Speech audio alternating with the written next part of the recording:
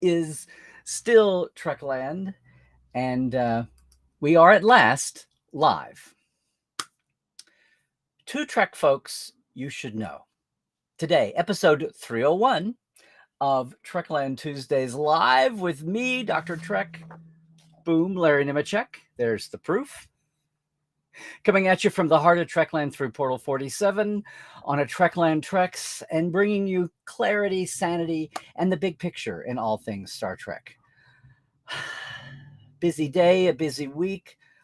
A lot of things are happening, and we've even got breaking news today, which will be, not so new by the time you're watching this live later. But if you're with us live, you should know that for some reason, not waiting until first contact day in a couple of weeks.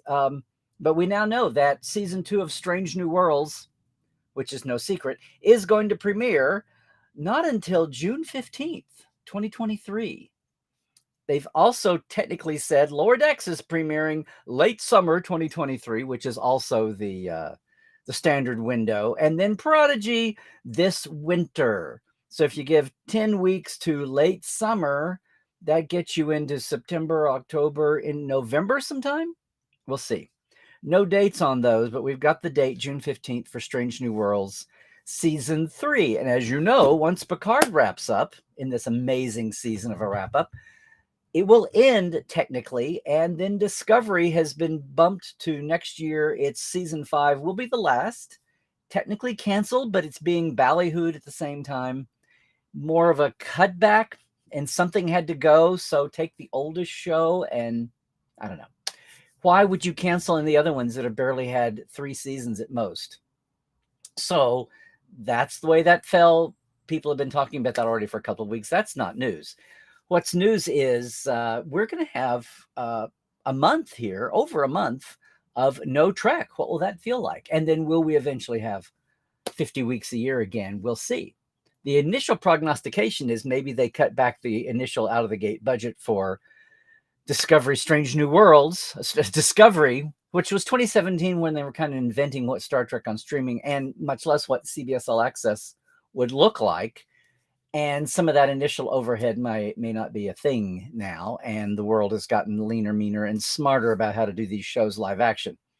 We'll see. We'll see. And all the uncertainty and the turnover and the chaos of the birth that happened with Discovery. And if Strange New and much less Picard are smarter shows on the production and on the overhead.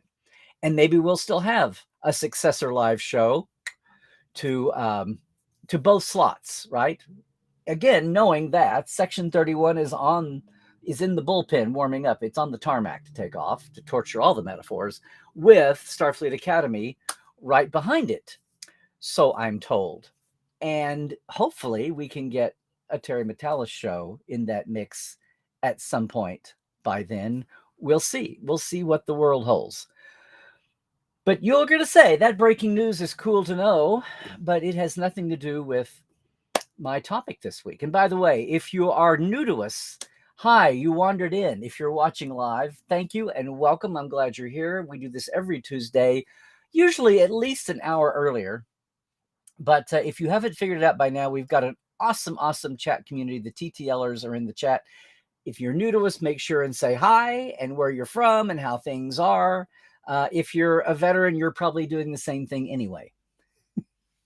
And if you're watching us later on YouTube and you're not here with us live, you can still leave a comment below. And hey, maybe you can join us live sometime, nominally at 1 p.m. Pacific, 4 Eastern, 9 UK time, and 10 Central Europe.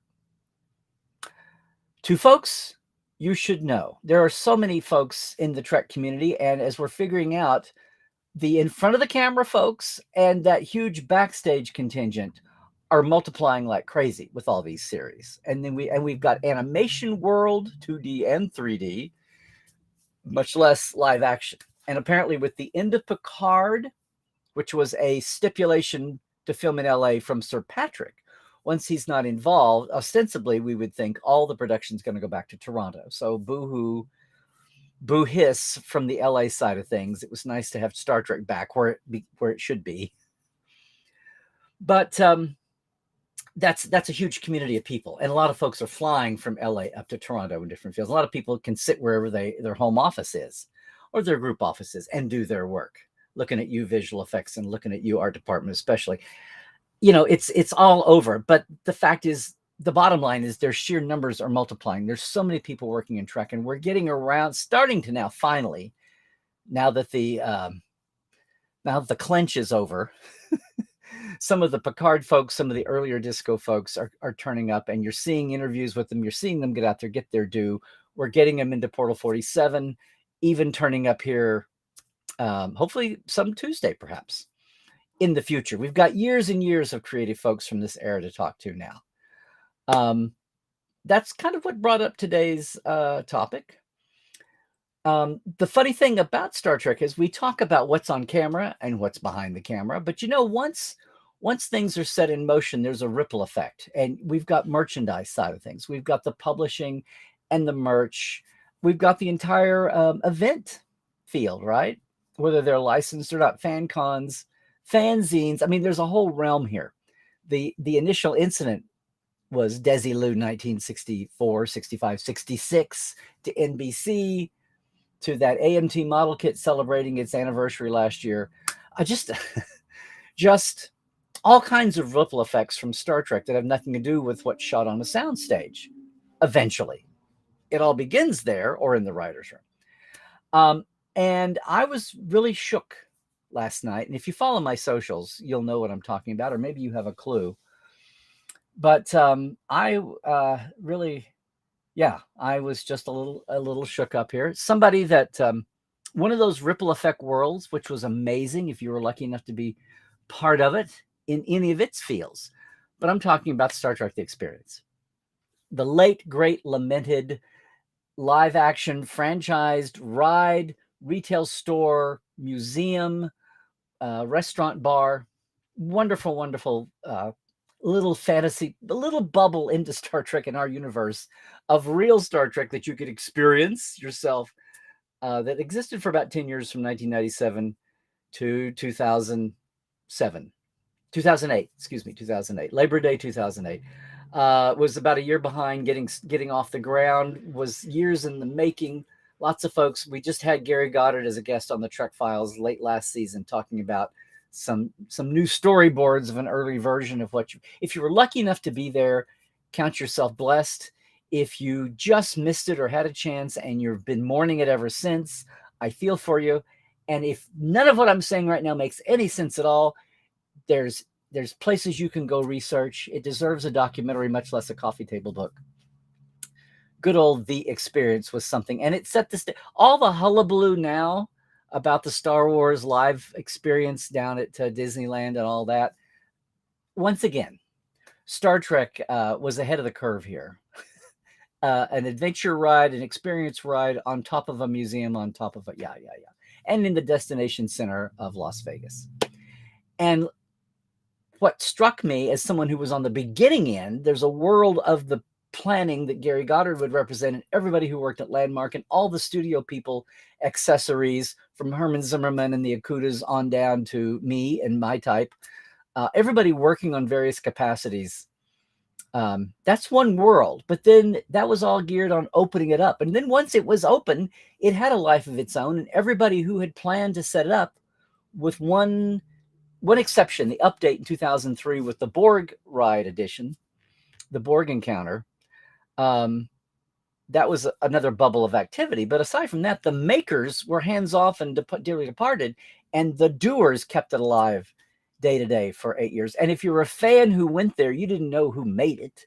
You knew these faces.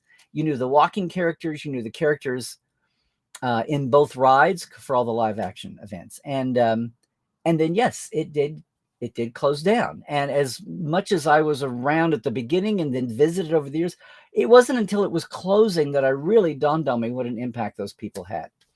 And a lot of you have been able to meet them in the day. They all had their fans. There was a goodbye banquet at the closing that had nothing to do with the studio or with even creation in Star Trek Las Vegas, but the experience itself put it on.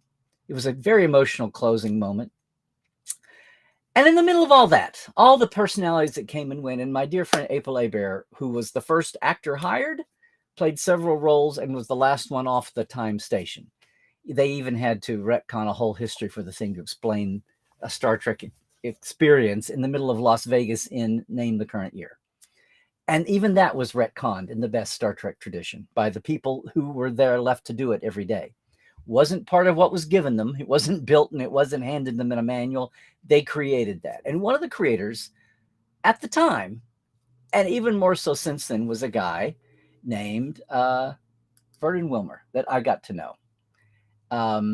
And over the years, helped organize the 20th anniversary of the opening party at Las Vegas. This is where this is taken. And there's some of those big character posters behind. It was a great reunion / party. Probably no more than 100, 150 people there at most, but wrote about it at the time. And just he can do more than pose like that. But anyway, we just learned last night, and some of the, again, following my socials, that we lost Vernon by his own hand, which just conjured up all kinds of emotions. Some of you here in the TTLers might have met Vernon, might have known him if you were a Vegas visitor to the ride and the experience. He was in crew. He did a Borg character in the encounter. But I really knew him more from the end of the time, the last 10, 15 years, keeping this alive. Vernon became, who had a lot of skill as an editor and graphics, and as that became a thing, YouTubing and editing and homemade media, and how professional can you be? Vernon became the repository for everybody's. He was kind of the central hub. He kept up with all the actors and the retail, anybody who worked in any capacity, because there were the retail clerks, there were the people, people that worked in the, not so much the people that worked in the kitchen and the wait staff, but all the walking characters, the people in the ride, people who worked the front, the ticket counters, and worked in retail. And then a lot of us on the side too. He kept up with that, kept up with the database, he became the repository for everybody's memories. He was the memory well. Their pictures, their images, their video, and oh my God, it was the 90s into the aughts, and people were shooting video like crazy, unlike old school Star Trek. This stage and these sets have lots of tons of video, and he was working on a documentary called Star Trek My Experience, and he had several chapters done, which I thought were gone, but they are up. They're archived. I found them last night, and a lot of it's low res camera video from the time, but images and also repository of things like local Las Vegas news reports or promotional pieces done, and all out there. And I got used to just seeing Vernon every year in Las Vegas, and at the 20th party that he helped organize with April and others in January 2017, which I can't believe has been that long ago. Thank you, pandemic. And I realized last night that it had been didn't make it to he was boycotting the Bally's Vegas. I thought I saw him in 2021. I cannot find a picture. I know we crossed paths and partied together a little bit, but he was just a funny guy, great to have at your parties. Could be annoying at times, but the best people are. They're alive. But the fact that he was collecting all this history and loved it so much and loved the experience and loved so many of the people that worked there and was kind of the nexus in the best way for all these people to hub and stay in touch, put up the Facebook page for all of them. And it was just kind of, whenever I needed something to know something about the experience or even something local to Las Vegas, when there was, after the shutdown and the talk about a guy named Rohit Joshi, yes, and his plan to reopen the experience in a building he owned in downtown Vegas is revitalizing. Checking in then, didn't come to pass, obviously.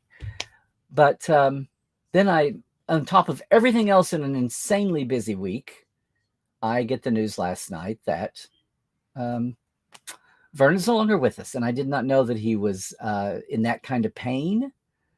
I know the pandemic was rough on Las Vegas, obviously, as an event place, live action. It was horrible on Las Vegas, and as a city that lives on tourism and jobs and situation where. But I was looking forward to having real Star Trek Vegas back at the Rio, a normal STLV again, hopefully, and getting back in touch and catching up. And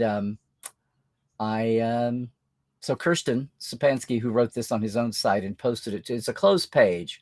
I started to post this and then realized the links weren't working. So I copied this into my Facebook and my channels and put it up to share it.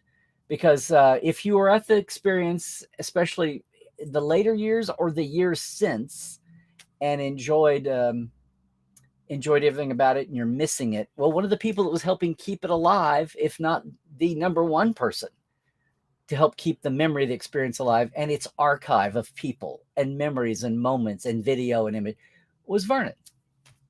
And it's just, it was just a shock to hear this last night. So I don't, we want to treat this mental health as a serious condition. If anyone, you or anyone you know, is in a dark place, it's probably not situational. It's probably endemic. And we've got to reform, every time they intersect with the gun universe, we're once again reminded about how woefully we support the mental health needs of our nation and our citizens. And it just makes me realize again here that with pandemic disassociation, with pandemic distance, it's bad enough for the people across town, but the folks that you didn't get to see when you traveled, not having really seen Vernon, I'm thinking now since like 2018 or 2019, barely. Couldn't find any good selfies. These photos, the last ones, were from 2018. Anyway, it's a good lesson once again on a personal level to just check in with everybody. We've all been through some rough times. This damn pandemic and economic distress and all of that, and the wrenching and the uproar that can be. So I did not want to bring us down today. I wanted to glorify and I wanted to celebrate Vernon and his life and his contribution as someone who never earned a paycheck from Paramount or CBS or even Desilu. He earned a paycheck from Paramount Parks, and he earned a paycheck from whoever was writing the checks at the Hilton or Cedar Fair when Paramount Parks was spun off and Cedar Fair wound up buying most of the attractions, which were mainly theme parks, except for the wonderful anomaly that never existed in any other like form, quite like Star Trek The Experience.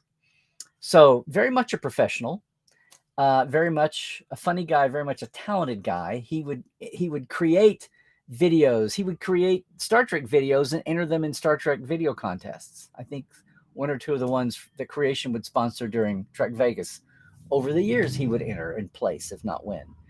And the work is out there. I'm going to make sure the links are up as we post this, and you can see. I was shocked. I thought they'd all been taken down, but they're still there. He had 4 chapters of Star Trek My Experience done, and then probably real life got in the way, and then probably the darker side of real life and things he was having to wrestle with. And I just wish I had known more, although I'm not quite the distance here. And just, it's the kind of thing where you want to just tell somebody, don't you know how much you were appreciated and loved? And it's too late now. So what I'm doing here is, as all of his friends locally in Vegas figure out what to do here, as Kirsten says, is, let me make it a little bit bigger, is to share this with you and to share this with the permanent record, to get the word out. And hopefully what he was working on here, the whole experience exhibit, the whole experience of the experience, from its creation and glimmering light and the wacky stories about the giant Enterprise-shaped hotel right there on Las Vegas Boulevard, all the way to what eventually was built, and the delays and the insane amount, the unprecedented amount of cooperation from all arms of Paramount, old school Paramount before the divorce, and the Hilton there in Vegas. All of that, and the local authorities in Vegas and all the people that worked on it just to get it open, and then the life the experience had once it was open, when it seemingly changed hands from the builders to the doers. And then all the great years it was entrusted to them. And then I want to say betrayed by short-sighted hotel people, not the studio and not Cedar Fair, the spinoff owner, but the studio. Almost no one at the hotel had faith in the event as soon as it turned over the first time. And their arrogance and short-sightedness quickly led to spiraling down the hotel. Not that it was the experience's fault, maybe it was just, but quickly they lost their Hilton branding and quickly they lost that ownership. And it's now in the market to be senior housing, whatever. With the convention center still down the way, where Star Trek Las Vegas Creations Convention was held every year until 2010, I believe, a couple of years after the experience closed. So all the glorious memories being kept alive by efforts, none of which were surpassed by what Vernon was putting together. It all deserves a documentary of its own. It all deserves not one coffee table book, a two-parter. And in that world, Vernon was a shining light, really. I'm just so sad that things went dark. But I wanted to share him with you, and all kinds of photos. If you check out some of the folks that knew him, Kirsten's name there, April Hebert, and it's spelled Hebert. But if you check out a lot of the Facebook pages, I know you're going to see a lot of fun things. And if you ever had a chance to meet Vernon, if you were at the experience or if you were at STLV at Trek Vegas and happened to cross paths, he was not a big con goer. He prepared to, his own version of a lobby con event, maybe. But if there was when we did have a couple of panels, actual panels for the experience on the program, that folks, we had the anniversaries going by, I think he was part of that. But now you know the rest of the story, and why so many of us were, in shock. This may have been the last. I'm trying to remember now. This Vegas 2018 may have been the last time I saw Vernon, which is insane to me. But again, we take our close folks for granted, or even our associates and the folks we love from afar that we don't see that often. And Zoom has spoiled us. Zoom has spoiled us. So there you go. I wanted to make sure that Vernon's story was shared. Now, there's another story that I want to share, and I want to make sure that you know about it from this end. There's another good friend that I haven't seen as much of in recent years as I did earlier, but all through the 90s and the aughts, in that storied art department, there was nobody better, and nobody who helped, again, in the best Star Trek way, get the most bang for the buck out of their budgets. When you had model makers who were basically giving models free because they knew they wanted it to look better, they were trying to stretch the pre-digital budget for visual effects and art and all that storied art department, and everybody through all the department, the makeup and costume, everybody, and the writers sitting in their room getting paid for it, sure, but putting in the extra mile because people cared about Star Trek in every iteration 95% of the time, and it showed. And one of them in that storied art department, eventually, as things got big enough to be able to afford and hire him, was my friend Jim Vanover, and had a long career, especially in that art department of Mike Okuda and Doug Drexler and the great Anthony Fredrickson, and when at times Jeff Mandel, and many more illustrators.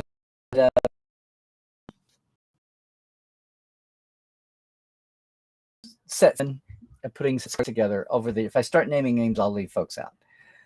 But Jim kind of pioneered, after Mike did it a little bit with the stone knives and bearskins he had during the TNG era, by midway on Deep Space Nine and early in Voyager, being able to do video as the technology evolved to do it.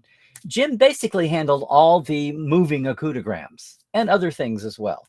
But Mesa, especially, he was technically a scenic artist like the rest of them, but his specialty was in the video and pioneering what could be done with a lot of that. And before it mogrified over to CG by Midway, later Voyager and Enterprise, or the setup for what CG artists can Eden Effects Foundation could take and run with eventually. And that was and that's what he worked on for years afterwards in the industry. And when the model for how that, it was rare for a show to have its own hired in visual effects, graphic, digital animation person like that. And well, it was rare for a lot of things that Star Trek did. It was rare for any show to still have 30 and 40 piece orchestras scoring the music, but Star Trek did that. And it was rare to have it. After the Star Treks ended and went to one show and ended, Jim worked for a long time with a company, a vendor, that basically did that same function for several shows at a time. And he would have credits on lots of shows.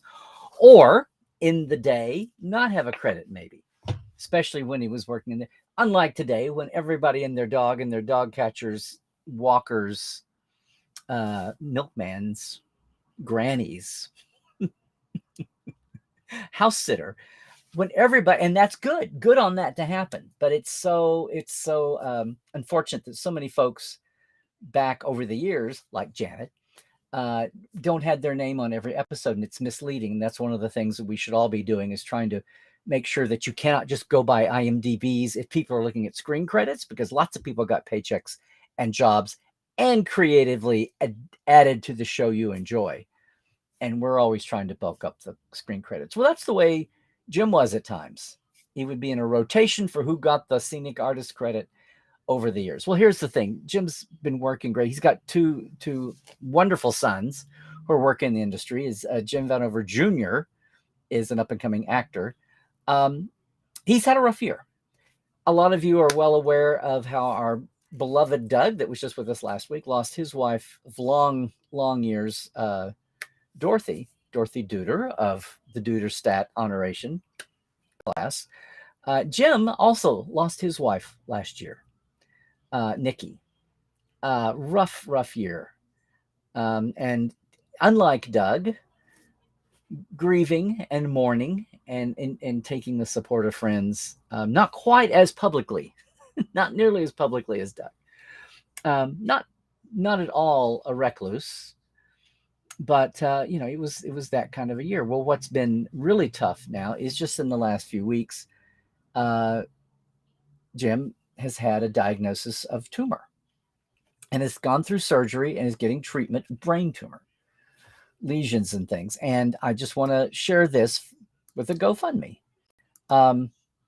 Here we go. He is out of the hospital. There he is with his two great sons. And he has started a GoFundMe campaign, has insurance doing that, but all kinds of things. It's basically the after effects are affecting his balance, and he's doing physical therapy. He's not where he can't walk, but it's a balance thing and a confidence thing, and making adaptations around the house. So he started a GoFundMe, not one to do this, but this is the times we live in the country and the system we have. And at the urging of family and friends, started this GoFundMe purely for home health aid, which insurance doesn't cover, some home, assistance. Again, he lost Nikki last year, so it's either a blessing or not that the timing has happened this way. Nothing you would wish on anybody in any case, but as far as looking for all of his family and friends in the Star Trek community and the greater wide Hollywood community that he's known and worked with on a lot of different shows over the years.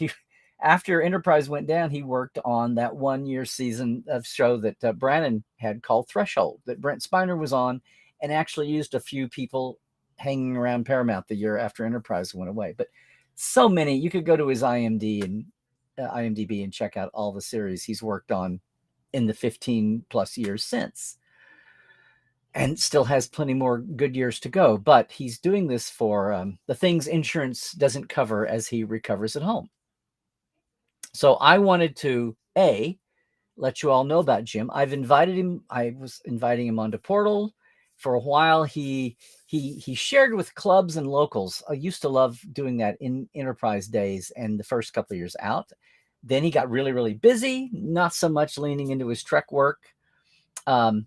Jim would think that all the shining lights we know from the art department were the real artisans, and he was just the technician. which is bull hockey. Jim had some wonderful magical things and insights and his own Trek love that he pulled in to the mix, just the way they did then, just the way Dave Blass and the new folks and the Golden Years team that he's reached out for. The thing that's being celebrated on Picard right now, well, that was Jim back in the day. And he very much had a lot to do, had a lot of fun. And you do his Memory Alpha, you'll see. And yes, wound up on an awful lot of those crew manifests, whether he was a U-Spa officer in Enterprise or he was in Starfleet or whatever. And anyway, I wanted to make sure and boost the signal here. He's well on his way. And, this is GoFundMe and this is spotlighting here. Here, I'm going to pull back. This is spotlighting. Let me do this. Boom. There we go. This is spotlighting the high donors. But bear in mind, there's an awful lot of $10 and $20, $50 donations and more. So just putting it out there. It's obviously not fair. The world has not been fair to an awful lot of people. You could even say all of us this last year. And Jim's had a rough patch. And good on him. Yay that he's making recovery and all of this. He's just needing a little extra help and needing kind of help that insurance doesn't always pin for, as we are all so well known. So I wanted to join all of our friends and colleagues that knew Jim and boost the signal out here in my way, as a lot of them are doing on socials, on Instagram and Facebook. Yes. So that's, a GoFundMe. If you're looking at James Vanover, you'll find that on GoFundMe. And we'll put links up, direct links here in a little bit. So, gang, I titled this 2 Trek Folks You Should Know today. And with all of the amazing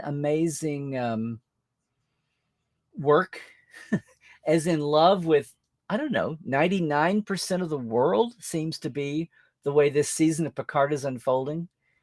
People have embraced it. People don't even think about talking about how much they like it. They're just so, people who are rusty at enjoying a Star Trek this much, people just can't get enough of it. So we've been blessed with an amazing spring here. We've got 4 more episodes, including this week. We will apparently now have mid-May to mid-June. We'll have a month off. Whatever shall we do? We'll find something. We'll have a month of hiatus before we dive back into Strange New World. And meanwhile, the focus has been back on Strange New World. Congratulations again, Justin, for winning our drawing for the DVD here last week. You're going to start seeing everything rotate back around to Strange New Worlds. That month might almost be a strategy because of the manic nature of the overlap. And I criticized that a little here. Not criticized, but pointed out that overlapping a finale with a premiere of a season almost robbed both series, whatever they were, of the attention they deserved, of all the love and attention and promotion they could have had. So I don't know, maybe this month in between is some breathing room to really, really celebrate what Picard turns out to be, and then celebrate the coming of Strange New Worlds and let them have their own oxygen. Maybe that's what's going on here. But it's still an amazing time, unlike we've seen in ages. We're warming up to the summer. Conventions are coming back. Hopefully old man Omicron is going to leave us alone enough to be able to get back to some semblance of normal, but with all the twists, like whatever we can do virtually. And so in the middle of that, I wanted to talk about Jim this week. And then I found out the news about Vernon last night. And I thought, I'm gonna couch this in the guise of talking about 2 Trek people. Again, as I often do, folks, you may not know, and that's what the beauty of having this format is. Remember Vernon, and when you come to Trek Vegas, and if you have the chance to do anything connected with a remembrance as the future years go by, and again, we'll put the links up to his documentary parts that are still online and available. Not on YouTube and not even on Vimeo, but still publicly available. That's something to embrace and even reflect on on our place in the world and the mental health issues that still that a lot of us struggle with, much less what we're doing about it as a society, especially here in America. And at the same time, someone you should know about that you may be able to help out a little bit, who has brought so much to the Star Trek we know, whether he wants to admit to it or not. Just the idea of how Enterprise's bridge graphics started out and the subversive plan to, as you watch season to season, especially the fourth season, as they began to migrate and start to look like those iconic, the colored rectangle lighted bridge monitor readouts from the original series. That whole world, how they were slowly evolving. They still had 100 years to go, but still evolving the Enterprise bridge, the NX-01 bridge readouts to go. He had a whole mind plan behind that, working with Mike, of course. Anyway, but you can. As we sit here and we are enjoying our Star Trek this spring, gang, that's what I wanted to say today. We've got some more fun stuff coming up next week. We have I have another guest next week, and somebody you probably don't know real well, although he's making the rounds. Had to bump it a week, but Peter Holmstrom, who just did the Center Seat Coffee Table book, is going to be our guest next week. And hopefully by then my review copies will arrive. You may have been seeing him out and about on some other venues as well, but I promised him, with the stake that they wound up having me in on the filmed documentary series, and how this is right down my alley, and how I have a thing for those behind the scenes folks, much less the people who are advocating for the behind the scenes folks. I told him I wanted to make sure and have him out here. And as this is a debut publication, this is an experiment for the Nacelle company, Brian Volkweiss's company that's doing these documentaries and so much more, like his own toy company, in and out of Star Trek, is slated to be our guest. And maybe there's a thing, knock from Micah, that I shouldn't be announcing things ahead of time. But there you go. I'm looking forward to drifting into doing more of that kind of thing. And the author's world is something that I think is prime and didn't fit anything else, doesn't fit the Portal 47 formula and the framework, and it occasionally fits Trek Files, but not necessarily all the time, because we're matching things to documents. There we go, gang. I'm going to take a mini break here. If you're new to us, we're going to talk about the Parrots and Stream TV just for a nanosecond, and then I want to hit the chat. And I know on this particular Tuesday, I had to bump and delay, and then even a little later going there. We almost had Cadet Alice live on us because I had a surprise visit from Cadet Alice and her mom and Janet, and I had to weigh getting on live versus getting to say hi for the first time in several weeks. And considering that I have to miss Cadet Alice in her talent show because I'm going to be on a plane headed to SciFiCon this weekend, I wanted to see her. So I got to do that and do a hug and give her her break a leg and explain to her what break a leg means. So, and if you don't know who Cadet Alice is, I urge you to check that out on the channel, just like I will encourage you to like and subscribe and check those out and yell at me for not posting some more recently. But the upside of that means that, yeah, I'm going to be in Lake Charles, which itself has, between the hurricanes and the pandemic, has had a beating. They brought back SciFiCon last year. It's growing again. It's, I don't know, somewhere between 5,000 and 10,000 folks now. Southwest Louisiana, from New Orleans over to Houston, drains that whole area. Okies come down, Arkies come down too, across from Mississippi.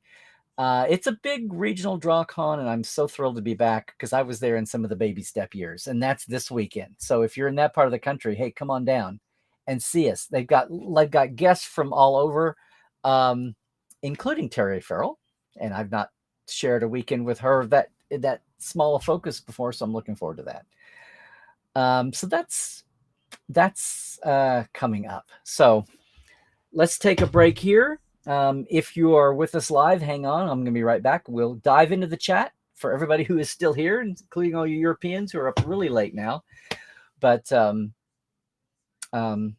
just wanted to say that. I wanted to say that again about two more folks you should know about. One, who we can reflect on and one who we can support as much as we can right now. And that's going to do it, gang.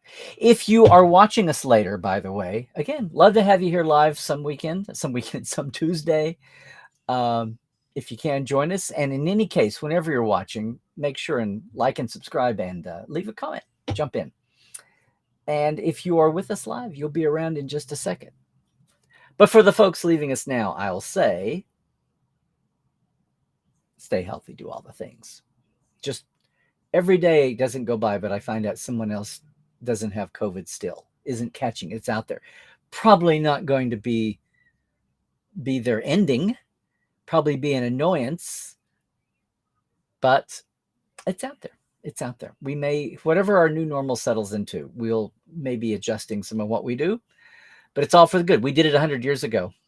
People stopped spitting on sidewalks because of the Spanish flu. Did you know that? Mm-hmm. Yeah.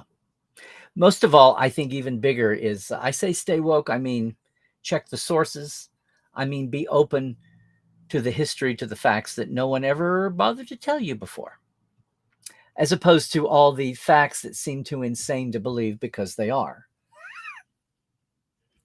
Yeah. The world we live in. Truck well.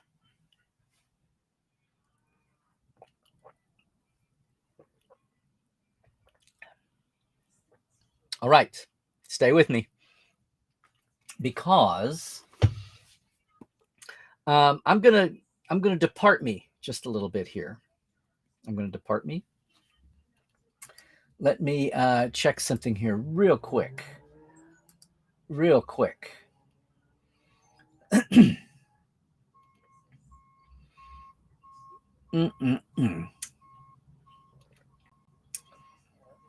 Yeah. Yes.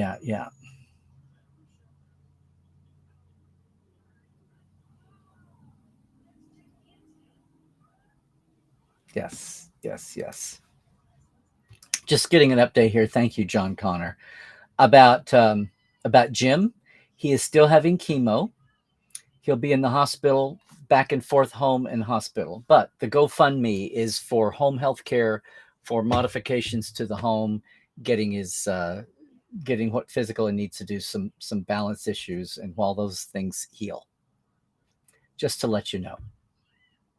So, one thing I wanted to share, we'll do parrots. Maybe we'll do real parrots. What I was really interested in, and once again, thank you, John X, for alerting me to this. And I've mentioned it a couple of times, but we haven't really dived in a big way. Can I please? Thank you. If you're there's a site called Flix Patrol, Flix Patrol, who are ferrying actual numbers from the actual sites, and Amazon Prime has been supplying actual numbers. Now, yeah, Amazon Prime. Well, two things. Amazon Prime has Picard and Lower Decks around the world, but also Amazon Prime in the States offers it as an option, as you can do with other channels. You can just watch, you can subscribe. It's the same price. It's not cheaper. To me, it seems like it should be $1 cheaper. That would be encouragement. That would be a loss leader for them. But you can subscribe, and if you're already in Amazon Prime, you don't have to get back out and go over to Paramount Plus. You can just go down and watch it right there in the middle, which is what they count on. So technically, Picard is a series seen on Amazon Prime in the States. So when Flix Patrol is reporting what Paramount Plus reports as their viewer numbers, you'll see those. Netflix will do it too. They'll say the top shows on Netflix today. Well, they're not giving you hard data. They're just giving you a basic ranking. That's number one show. That's cool. Well, what does it translate to? They're not giving you that. Well, you can go to Flix Patrol and see those numbers at times. And just so you know, of all the shows, Paramount, Amazon Prime is showing you how they're doing their own shows, their own numbers. Over the last few weeks, Picard has been in the top 5, if not the top 10 of all the shows on Amazon Prime. And it turns out that, and we're talking at a time, Daisy Jones and the Six, which is popular, Carnival Row, which is its second season, co-created by Renee Echevarria, by the way. Lord of the Rings, The Rings of Power, Swarm, Reacher, The Consultant. I mean, a whole range of shows on Amazon Prime, and they're reporting their tops. But number one on Sunday. Number one on Sunday was Picard. Yeah. It's kind of amazing. They will measure. They'll measure U.S. They'll measure worldwide.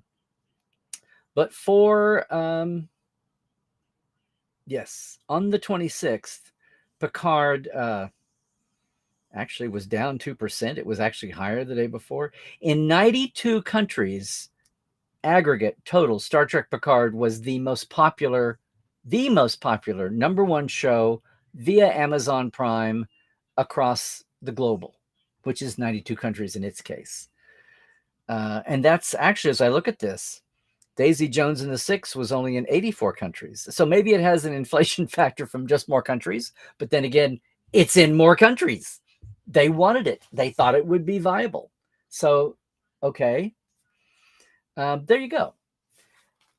It's really a phenomenon, and that's a little bit of the number. I'm not going to look at the parrots per se this week because that was such a shocking number. I mean, if you go back, we've been sharing some of these over the years, over the last few weeks.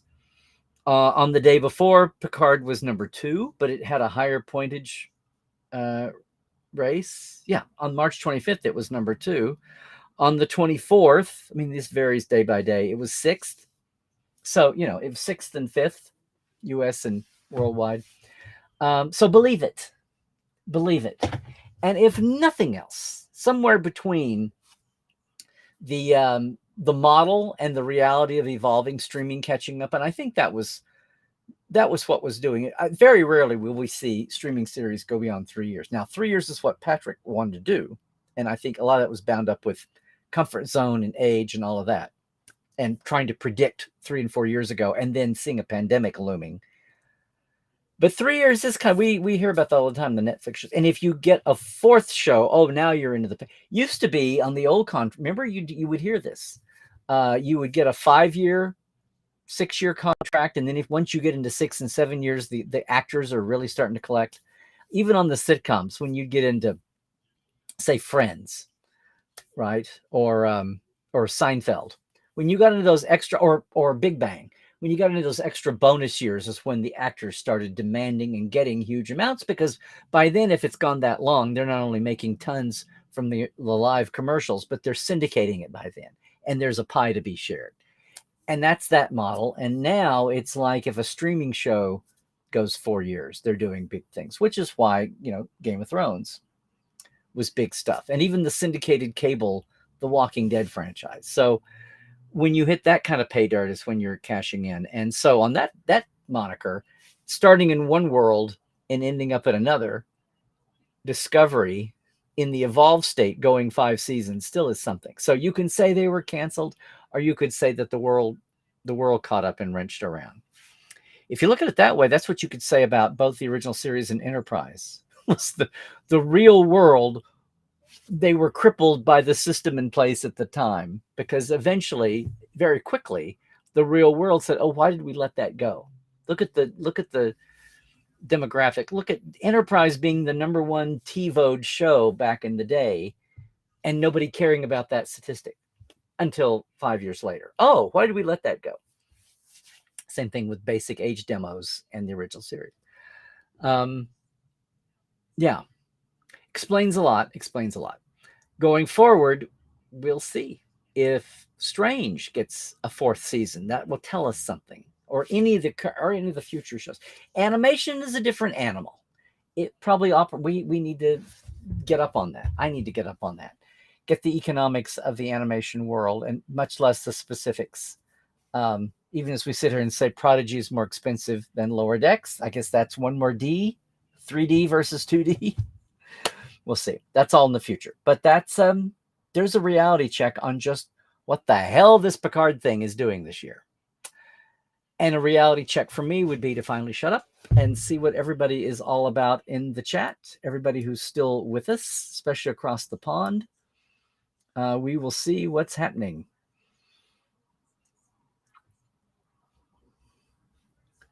What? Hey, Sean. Hi to everybody. Is it Jorg Hillebrand and Kit Stolen? Not sure what that's about, but I know Jorg. Your computer doesn't like Twitch anymore? Okay. Fine. Yes. So good to see everybody. Yes. Oh yeah. And part of the announcement today was a confirmation of season 3 for Strange New. Strange New has been working for several weeks. It was the worst kept secret in Toronto. Can't say the worst kept secret in Hollywood anymore. Although the writers are all here. But yes, they've been working on season 3 for ages. It's just amazing why they chose to announce today. They could have announced at WonderCon. They could have announced at First Contact Day. I don't know. Maybe it's still avoiding a big day of a convention headline is you get your own spotlight, your own slice of the pie, and the attention pie. But why? And maybe something was on racing. They didn't want to wait another week to do it for First Contact Day. But there you go. And a season 5 for Lower Decks. I'm so shocked. Yes, Kyle. Exciting times. And hi, Dr. Dave. Yay.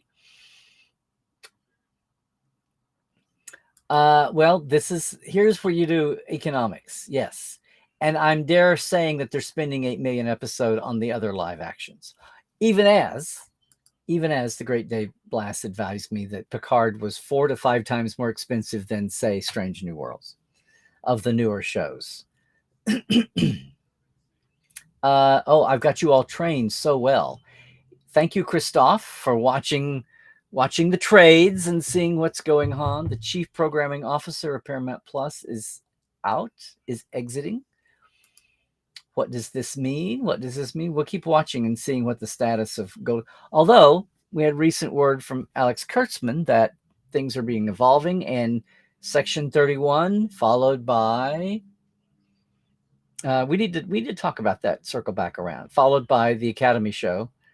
And again, a lot of people wondered when Michelle Yeoh won her Oscar if she was pricing herself out of mere prestige TV, especially even 10 episodes a year. And she's very committed to the show. And, you can't leave the Empress, you can't leave Giorgio hanging after she jumped through Carl, aka the Guardian Forever.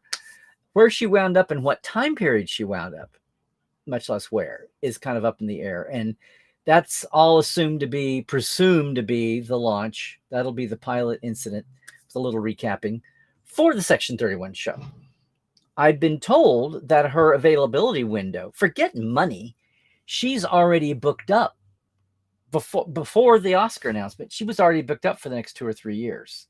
So the only window she has to shoot in is basically this fall. Now, whether that precludes being the lead, if they're going to throw money at her on this budget, or maybe it'll be creative use of time. Maybe she helps launch the show and then you see her from time to time. Maybe she helps launch it and she's not back at all. Maybe she's a launcher, or maybe she's a Whoopi Guinan. Whereas where Whoopi Guinan was never a lead, but was in according to availability and schedule, and she wanted to be there, which is obviously what Michelle Yeoh is wanting, and she knows that her time on Discovery was a big chunk of this, of building on the Renaissance that she's had this career. And if you're paying attention, Crouching Tiger, Hidden Dragon, or whatever. I always wonder if I'm saying it right. Crouching Dragon, Hidden Tiger, Crouching Hidden Tiger Dragon. If she's the part that Discovery and that awareness played in building her profile, the part now where she's just exploded, and good on her. Justin, I'm glad. Sorry about the late start today, but glad you could jump in, and you feel you have no obligation just because of the DVD getting to you. Yeah. Here we go. 8 weeks. It'll be half of June, all of May. Yeah, it might be 8 weeks. I was thinking more like 5 to 6, but I'm doing math on the run here with calendars. So there you go. For all you keeping stats at home, Texas Trekkies on top of it.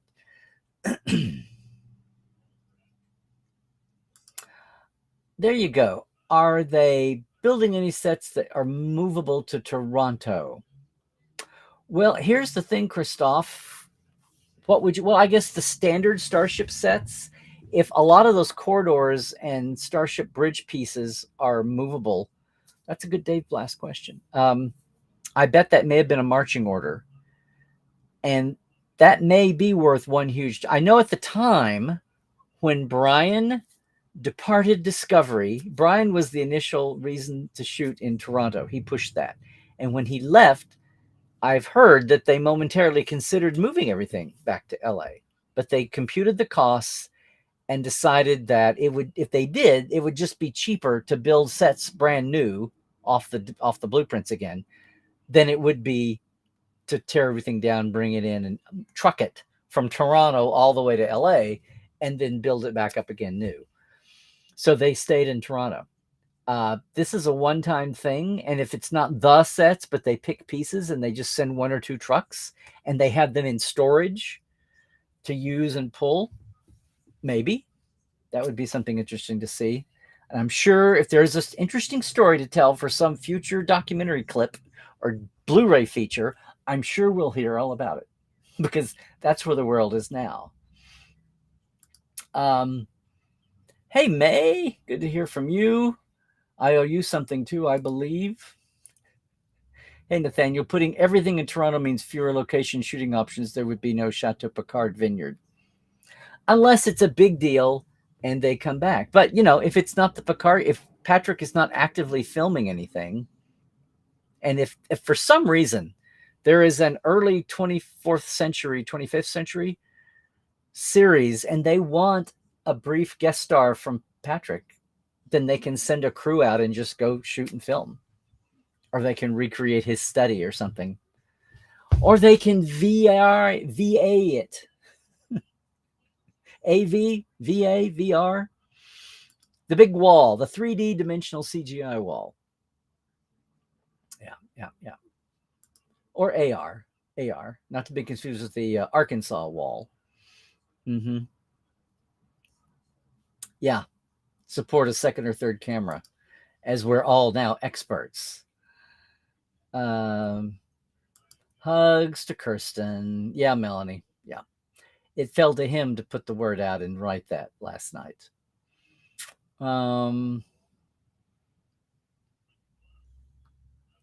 All on the Tubbs side. You may have to explain that one to me, Dave. I'm not there. Oh, well, Western New York and Southern Ontario are full of vineyards. Okay, Linda, you can go scout for all the Picard flashbacks and the Picard inserts and all that. Yep. Yeah. Thank you, Narda. I'm sure everybody exactly.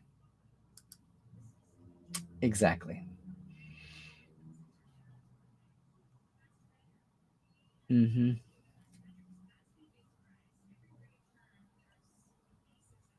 Hey, Christoph, good question. Why are they still producing drugs in the 24th, 25th century anyway? Well, we wouldn't have anything for our chief medical officers to say.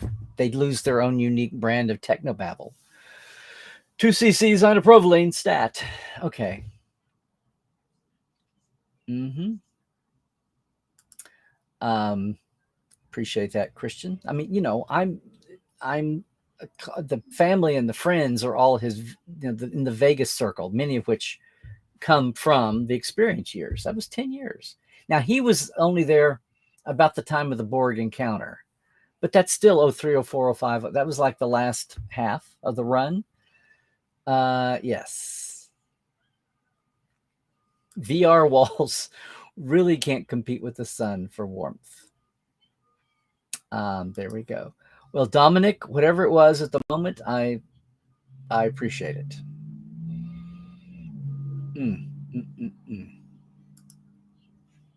Don't forget the veterans like you, the capital B veterans. Hello, Andrew. Is this your first time with us? If it is, welcome, welcome. And I would never, if you mean the capital V veterans, as in from uniform, my dad was one, my older brother was one, and my nephew was one. So my one nephew. So I do not forget the veterans, and I also don't think they should be props and pawns. They are real people. And military spending is not just supporting the troops. Sometimes military spending is doing everything but supporting the troops, and you're supporting the contractors instead. You're welcome, Dave. It was sad. It was a shock and numb last night. And to think that someone you knew was in that much pain, and apparently for a long continuous time. What's really sad is I go back and I look at some of his friends. He and Kirsten was posting things just a day and two before, and they were talking back and forth, which you say it doesn't make sense. It doesn't.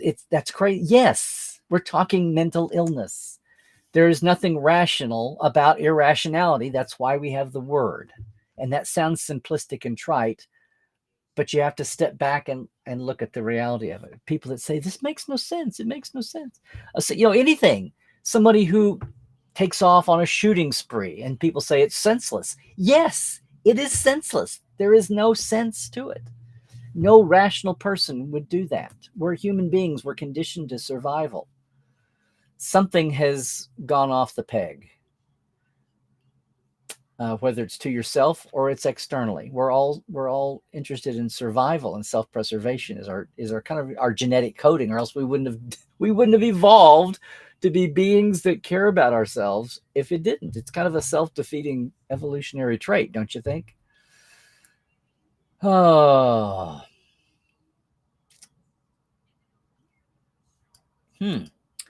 So, Christoph, are you saying you think maybe some of the AR wall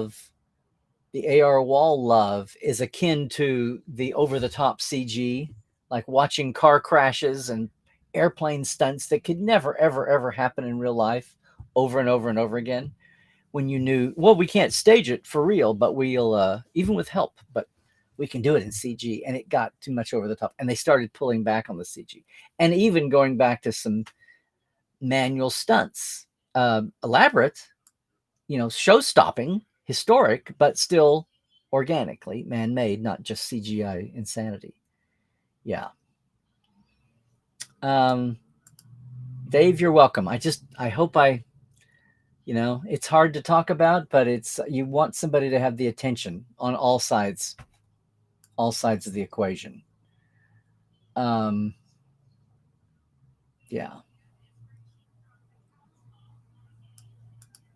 Yeah, Scott.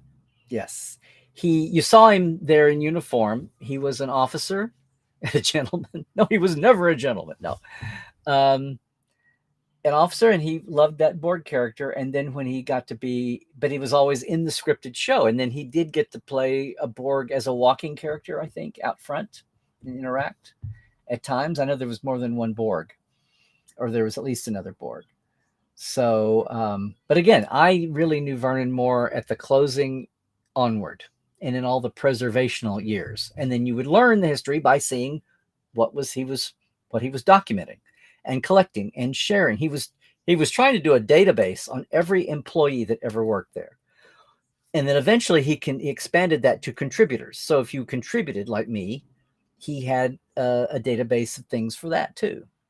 So all the folks that obviously, like Denise and Mike, and like Jeff Mandel, and like Anthony, and Penny Juday, Penny in a big way, and Herman. I mean, all down the line of the show folks, and then lots of folks who contributed on the side too, or in notes or consultation or whatever.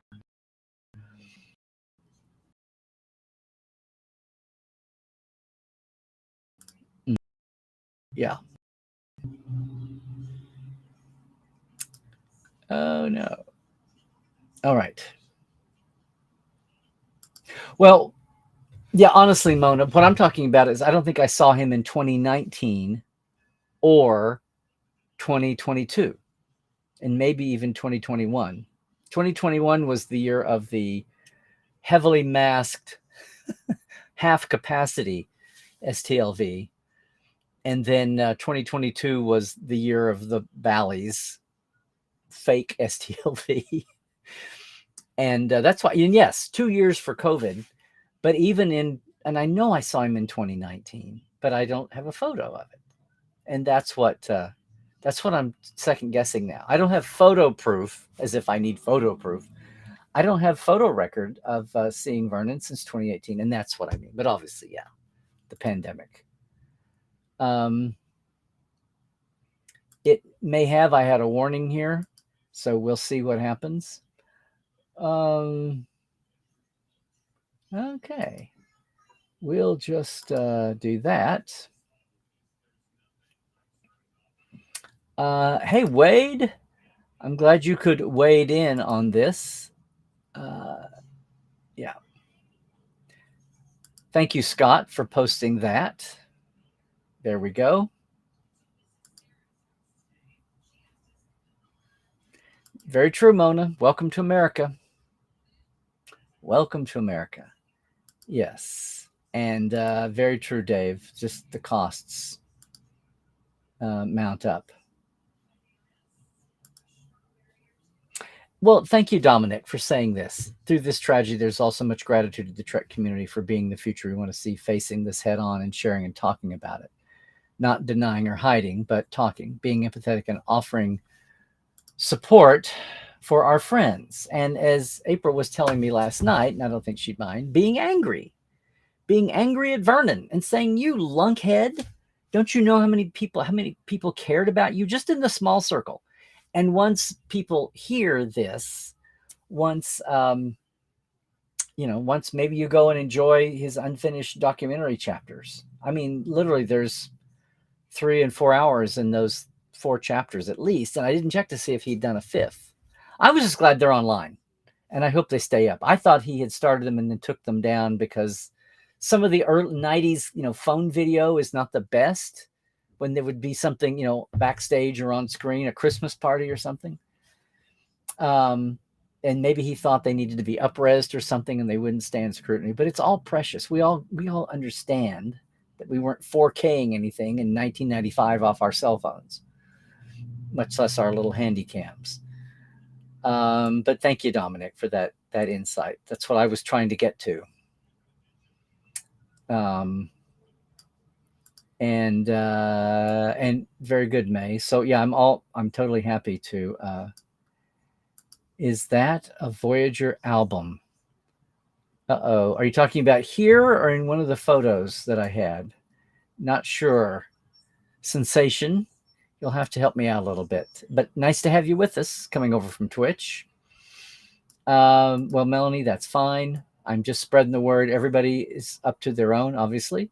But there's plenty of small. I didn't want those large donations to throw anybody. There's plenty of small pieces there. And they put up a 50,000 goal and they're over halfway there. It's all going to go to the good. It's, yeah. Hi, Troy. Well, I'm having a good day. It's been a crazy day. And this topic was not the easiest thing to talk about. I wanted to be, uplifting for Jim and couching Vernon in the right way. Hopefully we can educate and mourn and grieve and reflect on how we got here in his case. And with Jim, just reach out to somebody who's very much in the hardcore of the creative Trek side that we all love, even if we don't all know the names of those who are behind. And Jim has often taken a back step to, oh, well, I was just doing this. And, the other guys are all the stars of the art department. Yeah. I'm just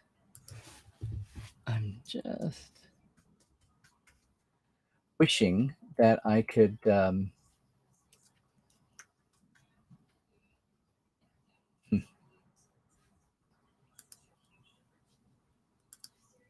I know, scintillating live, guys. We can cut this later if I could. I was trying to see. I wish I could. I bet not. I bet not. Oh, maybe that would have helped.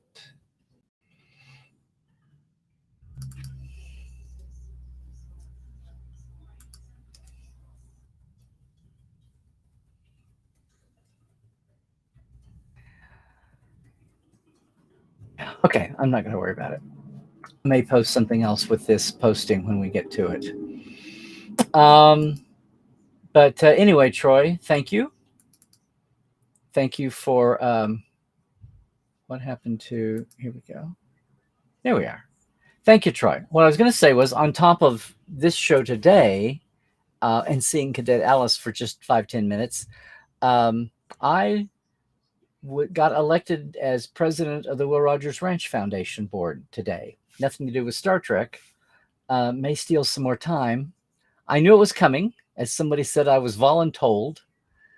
I've only been officially on the board about 1.5 years and have a lot to learn about systems. But as a docent for 20 years, a lot of you that follow my socials know, and some have even been out here in LA. Will's my hero. He's a fellow Okie who really got famous when he left Oklahoma, but has so much to as an amazing person and one that's totally worth emulating. But had an amazing life and an amazing perspective, and is somebody who is any age. He is so the world is so in need of, and amazingly how every decade that goes by, he has something to give the world, and whether it's multiculturalism and background or just perspective on everything from fake news to around the world to economics and government and healthcare and our social issues, whatever, the nature of comedy and the nature of entertainment, innovating, all those things. The king of all media, the king of multimedia while multimedia was being invented. Just amazing guy. And I'm very proud and tickled to be on the board and now responsible for helping us get out of the pandemic slump and with a lot of good people to lean on. So anyway, enough about that. So it's been a big, long day already in the middle of a big week, getting back out to flying a live convention again. Yes. And on the upbeat side, Pete Holstrom, really neat guy, looking for more from him. Yeah, there you go, Dave. Absolutely, absolutely. So hopefully all goes well. We'll have him on here next week. Oh, hi, Jason. I didn't miss much. Hey, CW. I'm assuming by this that I'm not sure who we are here. Maybe I'm a bad person for not, but if you knew Vernon, then yeah, I share that with you. I came very close, Dave. If I had I was a little scattered because the other thing ran long and it was live, not Zoom. And I was almost ready to plunge on, go live, and then just have her come in and say hi to everybody. But I didn't. I think that would have been fine. Wouldn't have been a sloppy thing all. Yeah. Cadet Alice does have a ton of talent. You could probably see that when we're all at our best when we do the show. And it's been 3 or 4 months. She'll be 7 at the end of April. And it feels like it's been eternity since we recorded anything new. It's been 2 or 3 months since we recorded a new one. So, and I have several. I have at least a couple to post. So she's growing up before our eyes, changing out teeth and all that kind of thing. Yes. Oh, well, thank you, Scott. Thank you. I think it is adorable if I do say so myself.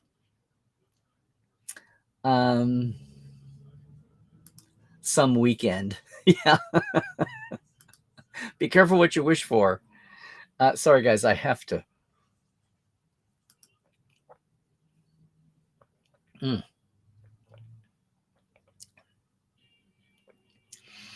Yes. Weird weather. Tornadoes in SoCal. There were a couple of tornadoes in California. Yeah. And yeah, Melanie, I think I said we've had enough rain to fill up for 2 droughts, 2 10-year droughts. Right. And you know what this means? We were talking about this today at Will's. This rain has been so dominant. Now we're going to have so much growth and underbrush that's going to be prime for fire season. Um, it's if we didn't have burn areas and worrying about mudslides, oh, don't worry. We'll at least still have plenty of fuel for new grass fires when things dry out in the fall and overgrow. We're going to have to do a lot of brush clearing this fall. That'll be the big volunteer. Did I say this? That would be painful. But thank you, Comedy Forecast, for keeping me on my toes. Oh, let's see.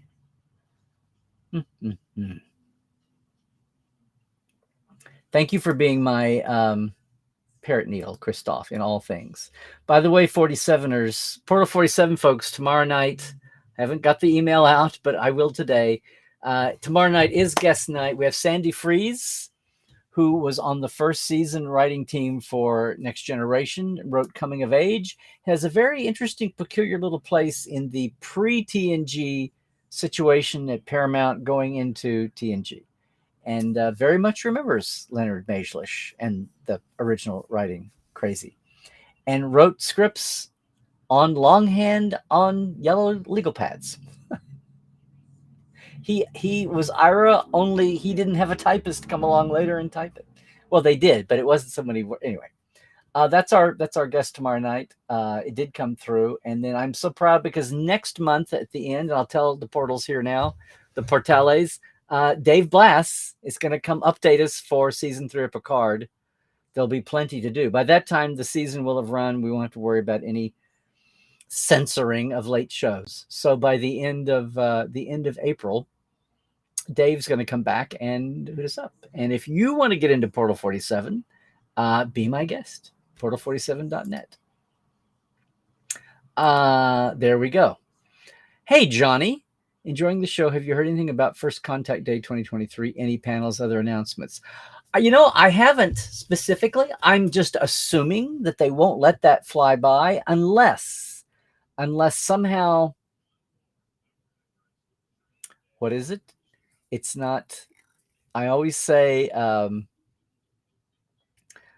horrible about this. And Scott and Kyle laugh at me when I do second opinions, and I'm now my kind of like my little, they're not a review. I say they're a reaction, my reaction to every new week's show of Picard and elsewhere. But it's Founders or Pioneers Day. But unless they're angling for that to replace First Contact, which I don't know why you would do that. Why after 20 years of fans doing it and then the studio adopting it, why you would give up First Contact Day as a platform to control your own media and franchise and do your own stuff.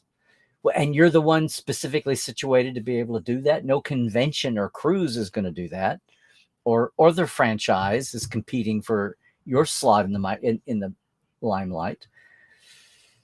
So I haven't. Star Trek Day in the fall is when they've typically done the last 2 or 3 years a big show, live show that's streamed. So we'll see. We will see. Well, first, it's coming up. We're barely a week away. So I would think something would bust out very quickly. And maybe the announcements were today because no one had time in the bandwidth to put something together. There's been a lot of turnover, a lot of new faces and additions. It's the good side of being a popular kid. But things are also not the organized little, as overwhelmed as that team have been for the last 10, 15, 20 years. Having lots more help means an awful lot of people don't have a history and don't know each other or the fandom or the licensees or even the production stuff. So maybe someone decided just to do the news out today instead of having a First Contact. I don't know. Maybe everybody is too busy or too split up. I don't know. So I just answered you. Okay. Let's see.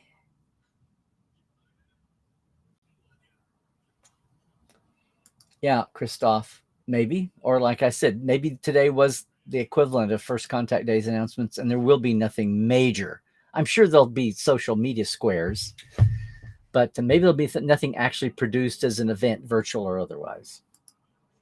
Yeah. Hello, Donna. Welcome. If you've been with us before, either way, glad you're here.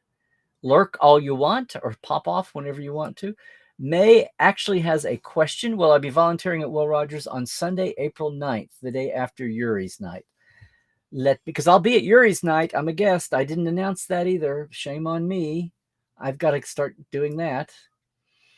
If you're in Los Angeles, Yuri's night is part of the global celebration of the first night in space. Yuri Gagarin, the first cosmonaut, beat not only beat Alan Shepard and Virgil Grissom and John Glenn, but since Alan Shepard and Grissom were suborbitals,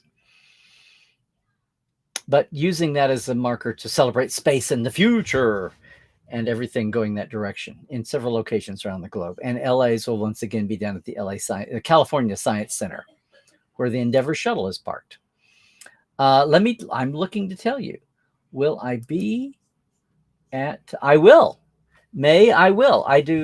Typically I do the 10, 11, 12, and 1 o'clock tours, and I will be there Sunday, April 9th, the day after Yuri's night on the 8th. Absolutely. TOS Enterprise were canceled. Discovery has an opportunity to have a proper ending. Yeah. Well, I will still say that Enterprise had its proper. Well, I would have needed to go on further, but it did, even with the show that we don't talk about, Terra Prime. The ending with the Coalition of Planets founding was as much of an ending of a chapter 1 for Enterprise as you could hope for. But nothing compares to the ignominy of the 60s. We don't care about finales. Even popular shows that went for 15 years, when they finally ended, they just ended. I don't know. I don't think Bonanza or Gunsmoke had an ending episode per se. Maybe they did. Something to check out. Or Have Gun or something that went for years and years. I mean, the finale, I think about sitcoms having finales. Mary Tyler Moore, Bob Newhart, Barney Miller, they had finales not until MASH. Well, MASH was a half hour. Exactly. But proper endings and finales for years, for decades, weren't a thing. So, yes. Who we got here? Hey, Sean. Greetings from Ireland. It's only 1:30. You're forced to catch Picard illegally to avoid spoilers because it streams a day late. Prodigy. And I not on Paramount Plus hurts its own numbers. Oh, and Lower Decks. I know. The cracks that things fall through when you get into the global market. But glad you're 11:30. Sorry. Yes, but glad you're with us from Ireland. Is this your first time, Sean? I want to say no, but you tell me. Hey, Jeannie.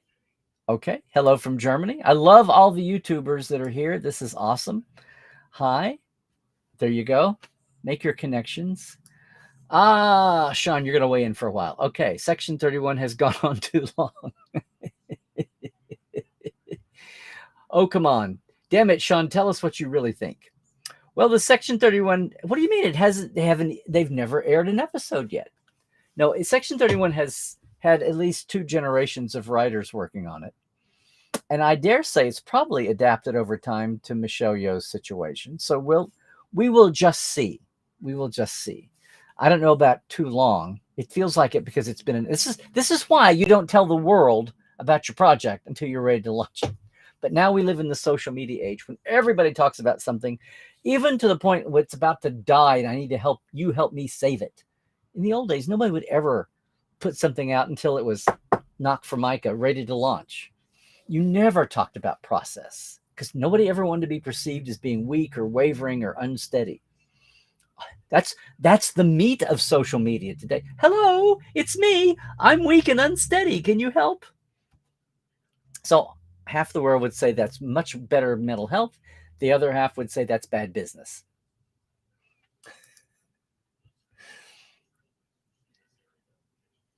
Mm. Love the show announcements. Love Picard. Although, like Galaxy Quest is Trek, I know. So that's what Harbin thought.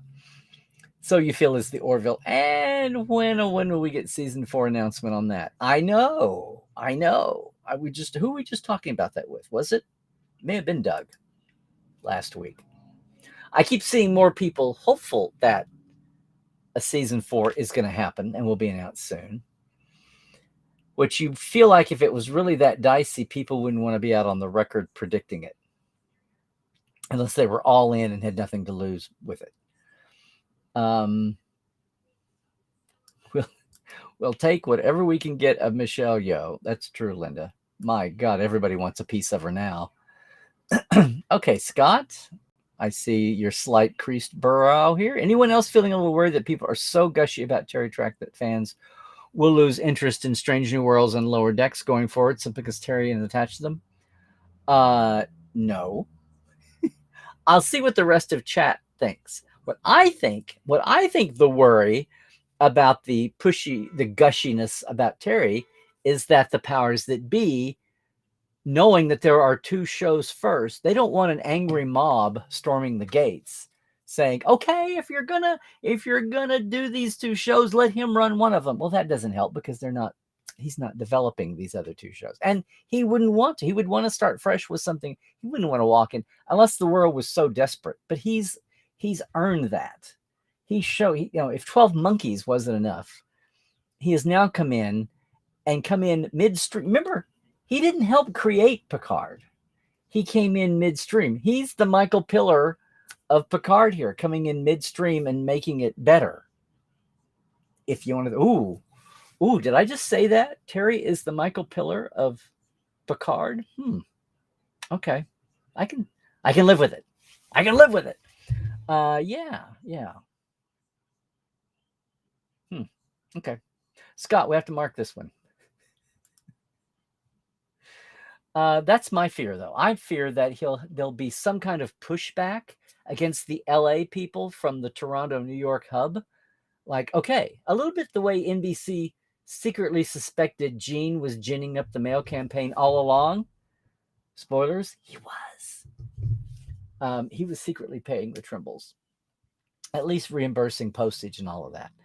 But I just didn't want it to be so overwhelmingly, the demand, Terry or bust, that there would be pushback. Okay, call off your PR dogs, Terry, kind of a thing.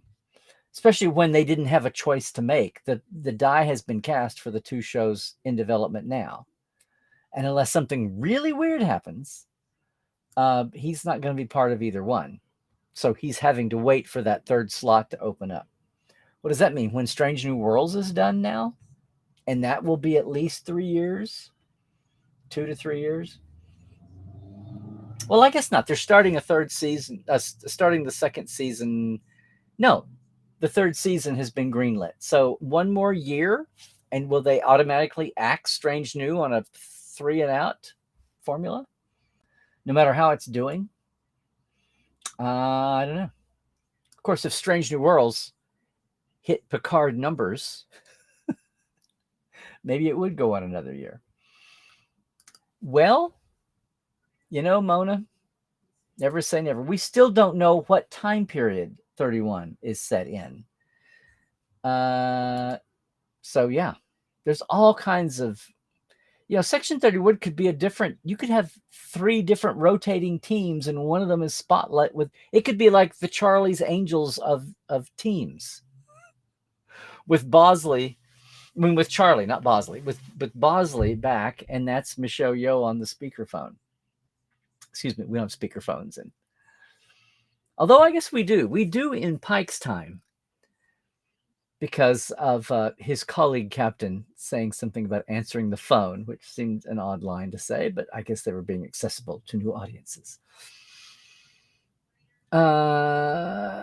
Yeah, I know. You're spoiled, but we'll survive. We'll survive together, Melanie. We'll do it together.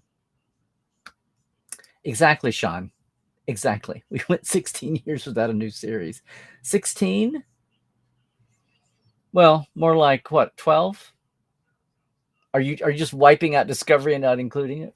We went 12 from 05 to 17. But yes, got the spirit of it.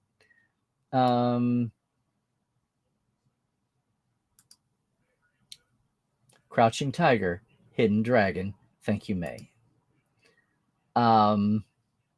It was such a punchline for not the movie, but just the title was so much fun to play with. No disrespect about the movie or its cast intended. It's just a title you can't. It's like, Bob and Carol and Ted and Alice back in the day, or I Am Curious Yellow, or name a famous movie title that everybody loved to make a parody on for different reasons. Yes, I think they're juicy enough. Again, like I said, I think I hate to see it just be something personal against the LA mob. What now? The first DVD you ever bought and it was defective, so you never did watch it. Oops. What are we talking about? Oh, Crouching Dragon, Hidden Tiger. Okay. Oh, I see what you're saying. Just feeling a nagging concern they're going to suffer in Picard Season 3 Shadow. Well, sometimes, Trek fans have a great residual memory, but then sometimes the froth level has a short attention span. So I think once Picard is out of the way, and there's been a downtime and people got hungry for 8 weeks, and then Strange is back. I think the Strange love affair. I mean, I've been seeing that Strange New Worlds love affair with the DVD promotion all in between the Picard moments. So it's still very much fresh and out there. And as people celebrate these bonus features and things, pretty much there. Well, this is yeah. Disco got new uniforms. Then they spent 100,000. I don't know about 100,000, but still, that was a big cash shot that they all had uniforms on, and then immediately realized the colors clashed with the set in various ways. Yes. Or a pirate wall. Arrgh.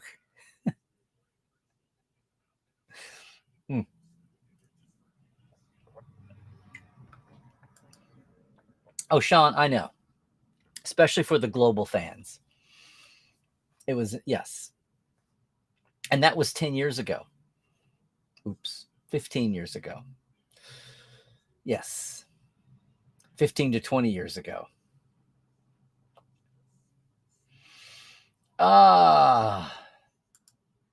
Hey, Jeannie.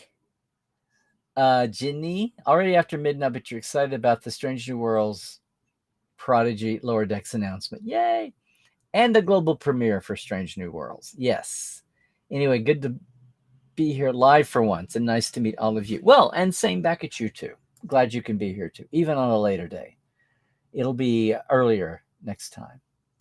Hey, Paul Jones. It's good to see you, sir, and joining in with us. One advantage online Trek has is eventually released on DVD Blu-ray, unlike Disney's Marvel and Star Wars shows, which are only available online to watch. So Paramount's still making money from those who like physical media.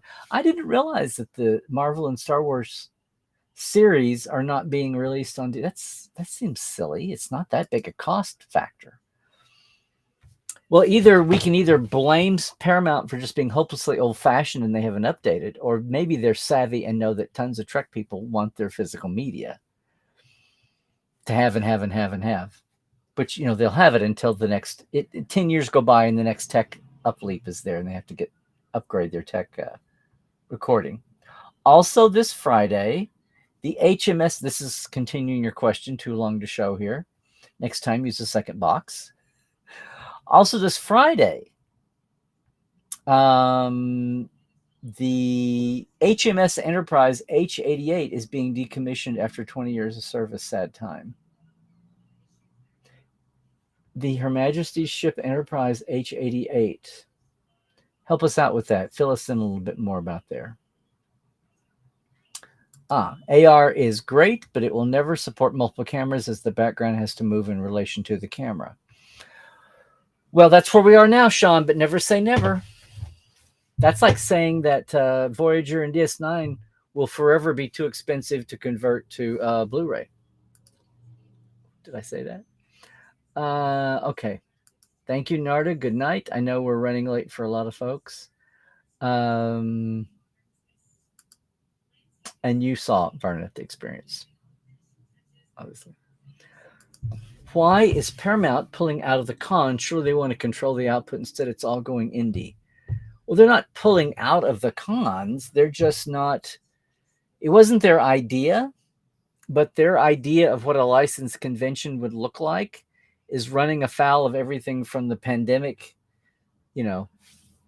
interruptions to economics, to a lot of new people having hands on the franchise and not knowing the fan base well, and this explosion of shows and so many new people to get in touch with, actors and creators. So there's just a lot of newness. And in the case of Reed Pop, there was a lot of turnover at the hands-on level of working the Chicago mission.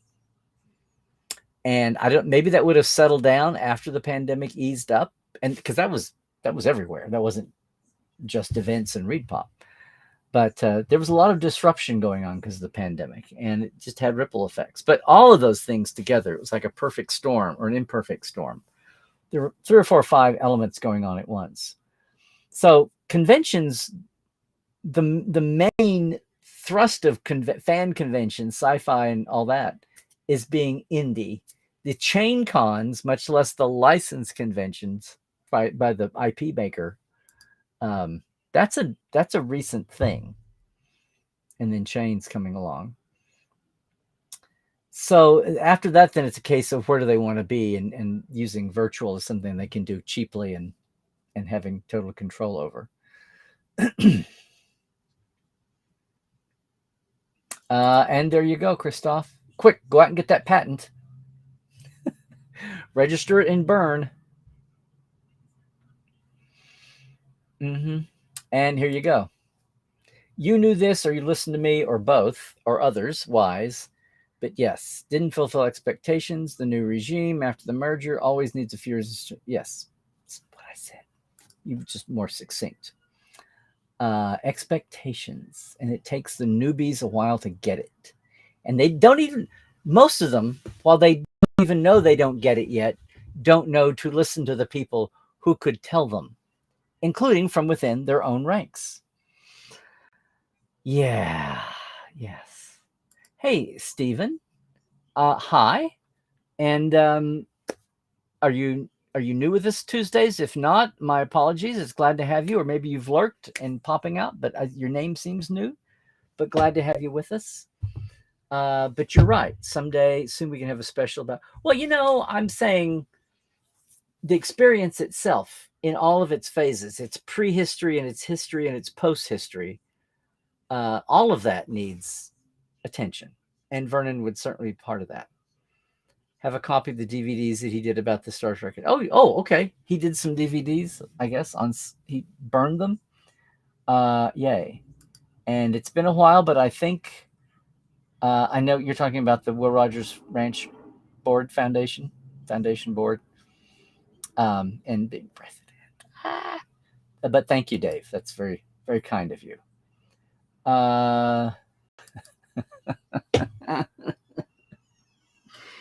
Yeah. Well, that's Will's line, but Will didn't care a lot for William Randolph Hearst, but he went to his house for the party. If you know anything about William Randolph Hearst and Marion Davies, Citizen Kane was a parody, or was a knockoff of Hearst. But thank you, sir. And yeah, this is a new word I learned today, Christoph. Voluntold. Exactly. Hi, Rose. I know we're keeping you up late. Um, on the, on the Will Rogers promotion. Yes, I had a huge raise in my pay. Yeah, yeah, Sean, where the wind comes sweeping down the plain, not unlike the Sooners sweeping down the field. And it is windy. Yeah, it is. It was the natural wind before the global warming augmented wind everywhere else, because Oklahoma is the mixing bowl of weather for the country, because you have the Canadian fronts coming down, the western air coming over the Rockies, and you got the Gulf, and that's why Tornado Alley is originally where it was before Tornado Alley became the whole country. It was because Oklahoma and Kansas are the mixing bowl, and North Texas and the Panhandle. That's the mixing bowl of the three major weather systems from the country. There's a little Chamber of Commerce Weather Center talk you didn't know you knew. But again, thank you. Hey, Donna, what will I be doing? Well, we're trying to build out the board, and but continue our education and support of Will and his legacy, and having kids come out, and everything from horse world to multiculturalism to film and comedy to just the humanitarian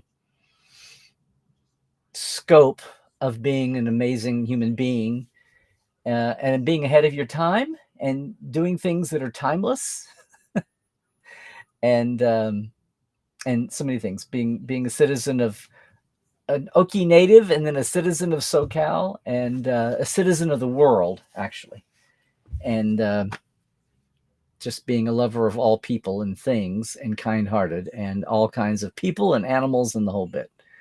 But doing that, preserving him, updating him, making sure people understand and appreciate Will's place in history, that he was the king of all media while it was being invented, and that none of it was planned. Kid that grew up on his dad's ranch in the Cherokee Nation, Indian Territory, drove his parents crazy with the very thing that later on made him famous and got him on stage first. Yes. Well, thank you. I was on the board, and it was time to refresh, and I thought it was only a year and a half was crazy, but everybody's like, no. But no one's going anywhere. We're not losing any people. We just need to add some more in. You all know how that is. You have a lot of dedicated people, and they're the ones that get worn out first and burned out first until you get some additional fresh blood in. So if anyone's ever seriously in Los Angeles, let me know. And if you can make it on a weekend or whatever, and message me on the side, I'd be happy to tell you when I'm out doing tours. It's an amazing place. And if you can't meet up with me, just go out on your own and catch somebody else's tour for the long weekend, or go picnic or whatever. Thank you, Anne Marie. Oh, there you go, Steve. Well, when you're down this way. Yes, and mosquitoes, talking about the rain's after effects. Yes, indeed. I tend to think of the weeds and the brush being great kindling in the fall, but there you go. Thank you. I think so too. Scott, I'm always here for some majlish drama. Well, yes. I had Sandy Freeze on the Trek Files, but of course those are like 15-minute bites. And we always have at least an hour, sometimes an hour and a half, mostly an hour and a half, sometimes two. Oh, we had Tim Peel for 4 hours. That was insane, but there you go. Yay. Bill Blass. Dave Blass is the production designer for the last 2 seasons of Picard. Although you can celebrate Bill Blass and his genes, sure. Go ahead, Linda. That's cute. There we go. Oh, thank you, Scott. Boom. It's your mini con all year long.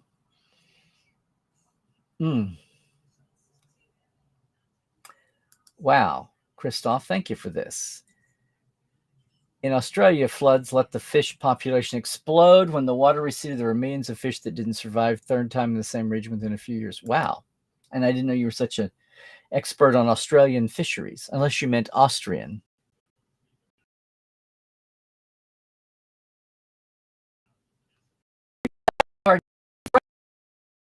is idiots running around in fringe jackets. When you grew up in Oklahoma, Pioneer Day and Frontier Day were what every other little town called their Founders Day thing. So I have a hub, but Frontier is space, the final frontier. So thank you. It's sad that I have to remember it that way, but I realized that was a blind spot. I realized that's where it was coming from. Because Pioneer Day could be Pioneer 6 and 7, which would be the other infamous adjusted spacefaring probe, like Voyager, only Pioneer. Yeah, the other malevolent machine entity got a hold of. That would be Pioneer.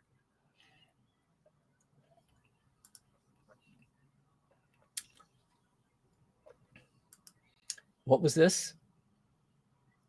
LeVar also mentioned legal yellow pads on the ready room. We laughed, wondering how many kids wouldn't get the reference. Yeah.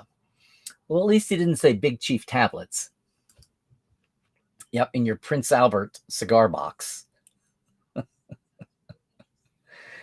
Last year's, yeah. Can I just say that I think the best part of last year's, okay, one thing was better. The red carpet people, it was Mary Chieffo, and I forget who was with her, one of the drag stars. The red carpet was far superior. They were learning quickly. They were also having to stage that in the pandemic when they wanted it to be bigger, and it was bigger than the year before's pandemic starved one. But there was like they had no stage manager. And my heart goes out to Tawny. She was a trooper being the host, even ahead of Paul being the host. I was so impressed with her, keeping her equilibrium running a live event, because that's not easy. And having one or two hiccups is one thing, but it looked like that entire show was one logistical hiccup after another, including not having people timed, so that if they had a panel with 5 people, they were waiting for people to tromp on. It just, and what's his name in the band from Colbert's band, I felt sorry for him. He was left hanging. He was supposed to be covering the staging changes live in front of a curtain. Yeah, I just thought everybody there was trooping. That was definitely a producer's thing. But wow, Tawny was just amazing trying to cover, and as was he. And I think they were left looking like they were the problem when they were hosting their heart outs.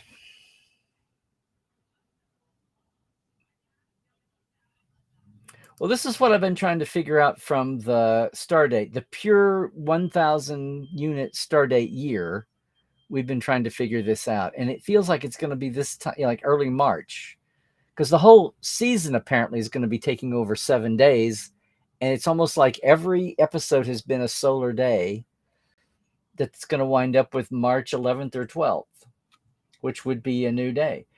We thought April 12th, 15th, the day mentioned in Archer's log when they set sail with the NX-01. I thought that's what it was going to be. And maybe it still is. But if you literally take the stardate function without tweaking it with some kind of a factor, a writer's room factor, sure. Let's have one Star Trek day each month. January 17th, first contact in April, September 8th, and so on. What's January 17th? You have to let me know, Christoph. Well, Yuri's night is there. Yeah. Okay. Hi. Hi. Are you on with somebody? Mm-hmm. Okay. True. Thank you. I was thinking there was one, even though The Fugitive was a 30-minute show, right? Or was it? Either way. They used to have a lot of dramedies. The Fugitive was the first. Yes, The Fugitive had the record audience before MASH's finale, and The Fugitive was a time, late 60s, when they actually did have an ending. And since it was a chase series, they got there. But like Route 66, the 2 guys were just in their car driving around forever. They didn't have a mission. They were just out driving. Very few shows had an ending. You're right. The Fugitive famously not only had an ending, it had a huge TV event audience ending. Yeah. Thank you, Comedy Forecast. Yeah, Mary Tyler Moore. I know. Well, and Bob Newhart. Bob Newhart. Mary Tyler Moore got all the acclaim and credits, and rightly so, but Bob Newhart was always in Mary Tyler Moore's shadow. And I swear to God, Bob Newhart's people and characters. Okay, what are you saying here, Christoph? Maybe when Picard ends, we could do a Trekland Tuesdays live about series finales. You're just binging MASH, just made it half an episode into season 4. Christoph, you have a long way to go. And when you remember the Korean War was only 3 years long, and they start MASH well into the war, I think I did this one day for somebody. I think like 3 episodes happen in a week. But they mark when MacArthur was fired. They mark some real world date. They mark when Eisenhower is elected, I think. Okay, cool. Well, I say that. I want to make sure and greet everyone. So glad to have you back. Glad you come back. And thank you for popping off and actually asking questions. Trek Pride worldwide. Yes, Picard #1 on Amazon Prime. I know. They've been talking. Well, it was going to be made until the Anson Mount show explosion showed up. Section 31 was in development. People were getting paid to work on prepping for it, art department, etc., for a month and a half. And then that was plug was pulled, and they switched over to Strange New with Anson and Pike. We have that from some of the folks from Tim Peel, the graphics guru with his own system, who feels independent to talk because he has a company that has plenty of work. He's not on the show payroll. So he has NDAs, but he doesn't feel compelled to when the years go by. I know, some sort of Mission Impossible maybe series, but 31 was ruined from overuse of silly special effects. I know. But if you look at it, Section 31 varied from century to century anyway, and it predates the Federation. It's an Earth creation, Earth Starfleet creation. So everyone in Picard knows who they are. I know. But maybe that was an outgrowth of Section 31 being behind the virus for the changelings that ended the Dominion War. That's kind of a vehicle for suddenly letting the world know who you are. I mean, the CIA was the same way. The OSS was pretty secret. The CIA was pretty secret, even through all the governments they overthrow and leaders they killed, up through the Bay of Pigs. And then after that, and by the time of Watergate and the real, not just the horrible things, but then the scandal with the horrible things and the church hearings. Went to the weeds there, didn't we, kids? My point is that Section 31 can be different things in different centuries. That's all. It's not a static situation, I'm going to say. And with something as touchy and controversial and dangerous as that, I can totally see that happening. When are they on this side of the line? When are they on that side? It's a slippery slope. All the things that they think they're needed, we need someone to do our dirty fights for us. Okay, so draw the line on that. Put that in a box. Yeah. That just hit me. Now, heaven forbid I swell Terry's head any. So don't tell him I said that, unless we, make a social media post out of it. Well, are you asking me, Donna, will there be a spinoff from Picard? Because I have all the power. If they are smart, they'll do something with some of these characters. They may want to be smart, but hands may be tied just because they've got 2 shows on the tarmac ready to take off, or ahead of them anyway on the tarmac. And it was very weird. It was a totally different time when Section 31 was bumped once before for Strange New Worlds, as they were still ramping up how they would fill out the year with a calendar. We're talking, pre-pandemic even. So, and Michelle Yeoh's, situation factoring into that also. I would hope there is. I think people want it. I think people would have to be, just as with the Anson Mount explosion with Pike, I think they'd be stupid to not do something. I'm hoping there's not some kind of weird cross coast jealousy rivalry. I hope think people are above that. But and if that happened, the other thing that clues me in is that everybody feels free to talk about it. And we went from the days of openly campaigning being something like, I'm the producer, I'm the network, and I have the power, and you shut up, and oh, you're getting a little bit too big for your britches. Like, it's, who do you think you are, Carol O'Connor or Red Fox? Very rarely in TV has a mere actor had. I mean, look at how NBC treated Gene, right? So, but I think we're in a more tolerant where everybody's in the same boat together. Let's all get together, make audiences happy. We'll all make more money and be happier.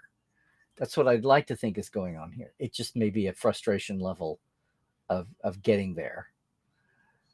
Yeah. Okay, Stephen, your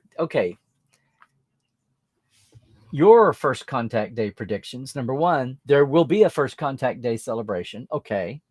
Number two, the season 2 trailer for Strange New, and maybe something announced with Michelle if they're really shooting in the fall.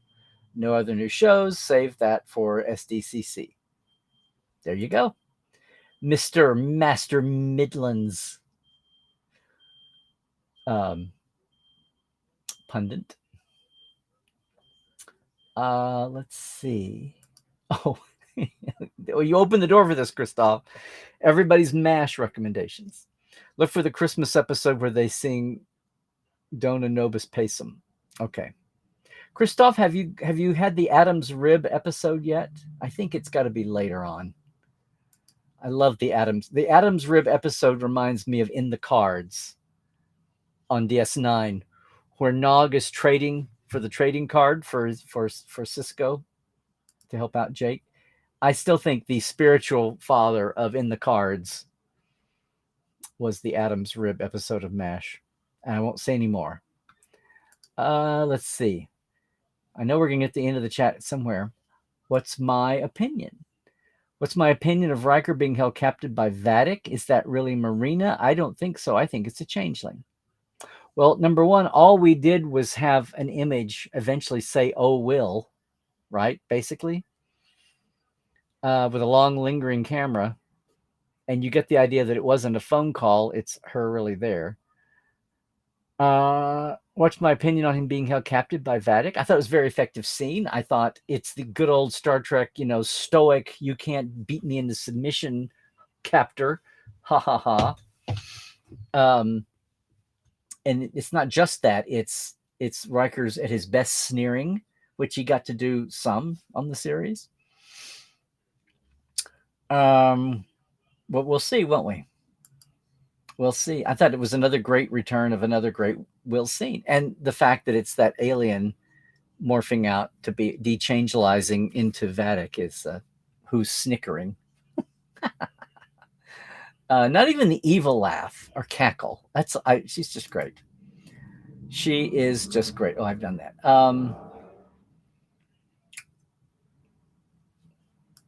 Well, yes.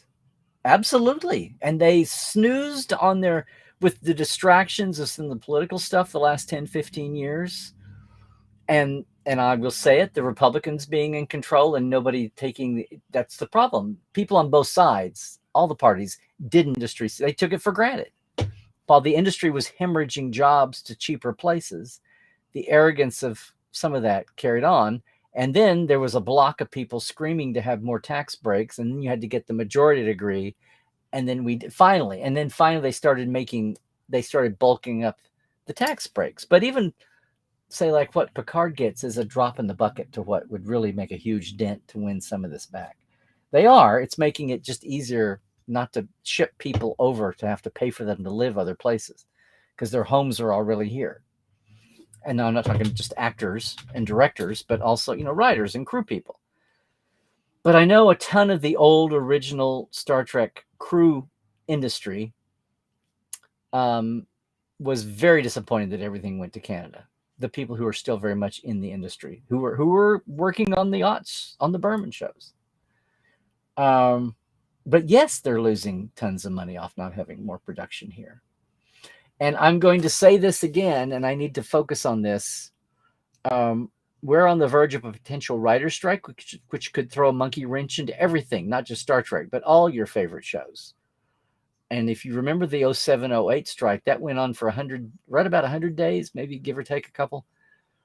And it's fun. We go back and look at the theme marches, like the Star Trek theme in front of the Paramount gates, but a lot of things were disrupted. The one before that was big was the disruptive one too. But some shows were affected and canceled, and shows didn't get renewed because of the break from the Writers Guild break. But it ultimately was great because it got them into the new game of new media, and now new media is a whole different quantum level in 15 years. I can't believe it's been 15 years. So just putting that out there, everybody. What is this? Sign the petition for Star Trek Legacy, Donna. Okay, Star Trek Legacy, Donna. Our Donna that was just in the chat. Let's see. Hey, Robert. Very cool. You know what I didn't do? I did not. I will do it at the end, and we will do it on the main cut too, to thank our Patreons, because thank you, Robert, being one too. The Will Rogers board. Yeah. Well, I do. It's hard to talk about that, and some people are at different places in their dealing with it. Sadly, the best time for people to become educated and familiar about not just the facts about mental health, but the ramifications, the ripple effects, are when it's someone close to you and you had no clue, or it's someone just adjacent to you and you still, it's not in your life, but then you see the ripple effects and you see the frustration with it. Yeah. So you're welcome for whatever I can do. I don't feel like I was very poetic.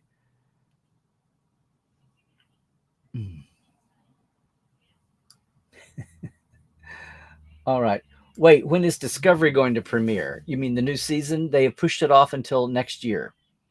They're adding on the extra shooting, a couple of weeks of extra scenes to finalize it. I've heard a few snippets, but basically it'll be a little bit of extra shooting and a few pages of new scenes, but they want to make a big deal. It's not being kicked out the door. Don't let the screen door hit you on the butt on the way out, kind of a thing. They're wanting to make they want to trumpet it. And it was their lead-off series. Yeah, The Good Life was in there too, but it's been bumped to 2025, no date set. Maybe it'll be early 2025. We'll see. But that's it. And we're here. Hey, Jared. Good to see you, man. You did make it. See, that was the thing. Don't forget the likes. Okay, Donna. Discovery is 2024. Yes. Hey, Jared.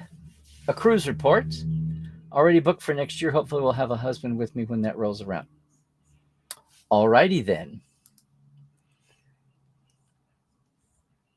Yeah, see, this is a case of technology catching up here. The fan upscales of DS9 and Voyager, they look great and cost basically nothing.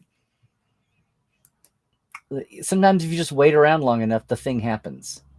Never say never. Okay. A Voyager Blu-ray. Oh my God, you said it. Or DS9 especially. Yeah. Let's see.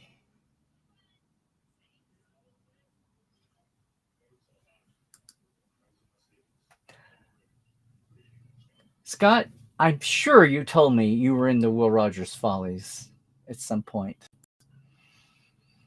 Willamania. Yeah.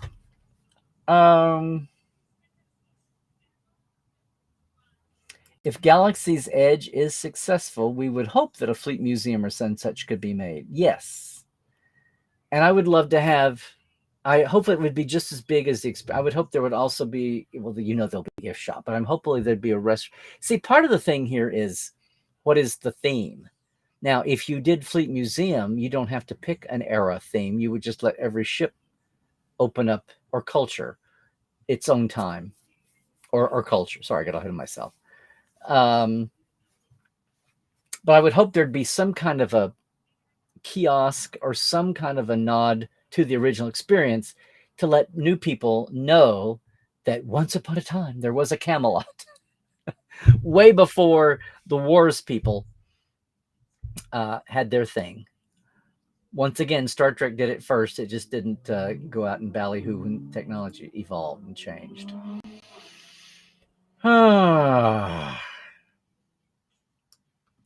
This is true.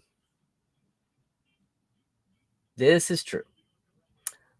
Reed Pop, which as a company is still struggling coming out of the pandemic, which as a company has much bigger worldwide trade shows than little pop culture events in its Reed Pop division. But yeah, it was more on them because they didn't want to come up with a new business model. The studio had grander plans for what their events would be, and Reed Pop basically said, okay, but what they needed to do was do a growth plan, and they wanted to start at the top, and Reed Pop said, we'll start at the top with you, but they weren't interested in doing growth models, basically. That makes sense. But yes, that was on Reed Pop, not on Paramount. Okay.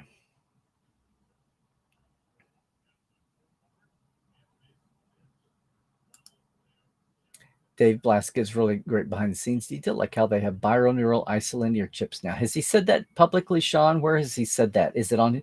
I've been so insanely busy the last week, I haven't even kept up. I have to catch up in clumps. Hopefully when I'm traveling, I'm going to get to do some of that. You were thinking Federation Day? Oh, okay. Yeah. Which could have been Janet's. If you go with the October one that I threw together, it could have been Janet's birthday, but I went the other direction.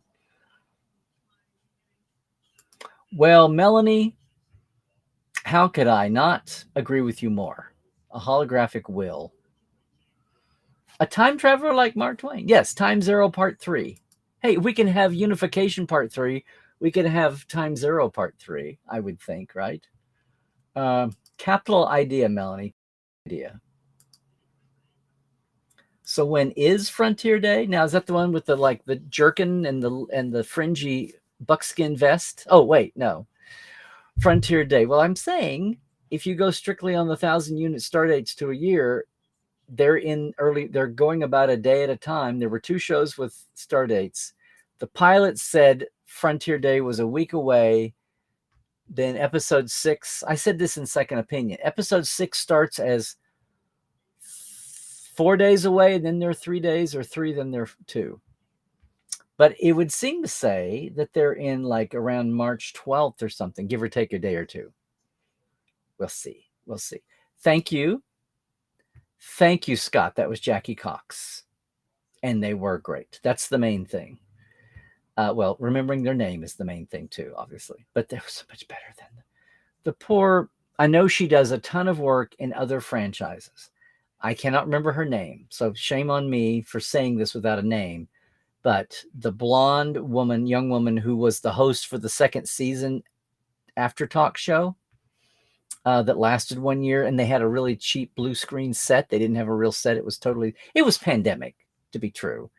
And they just did a pandemic interview, 2-screen Zoom show. It was Australia, but it was in the news in Austria. Well, maybe the copy editor got confused and had dyslexia. I don't know. You have an uncle in Australia. Mozart and Kangaroos. Is that a new detective series? They had to send out a DI from the Met into Australia's small town. Yes, absolutely. So I was not the only one to see that Tawny kept it together last year. In fact, she was very kind in how she kept it together. I thought she could have lovingly made fun of the mess even more, but she probably didn't want to touch that. And that JD, why? Scott, I need words. Use your words.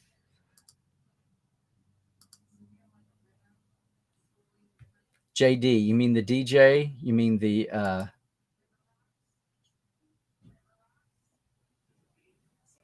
yeah, working off the cuff is her forte, and ad-libbing, and Jennifer was an ad-lib.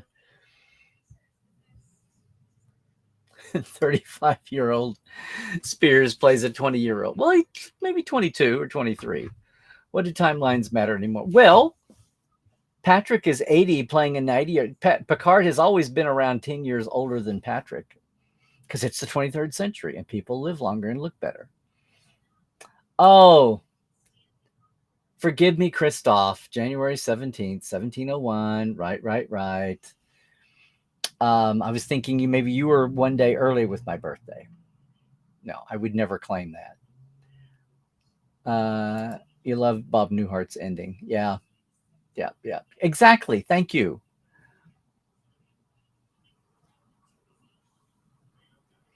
Wait, The Prisoner did an ending? At the time? They not at the time. Years later? Oh my gosh. Okay.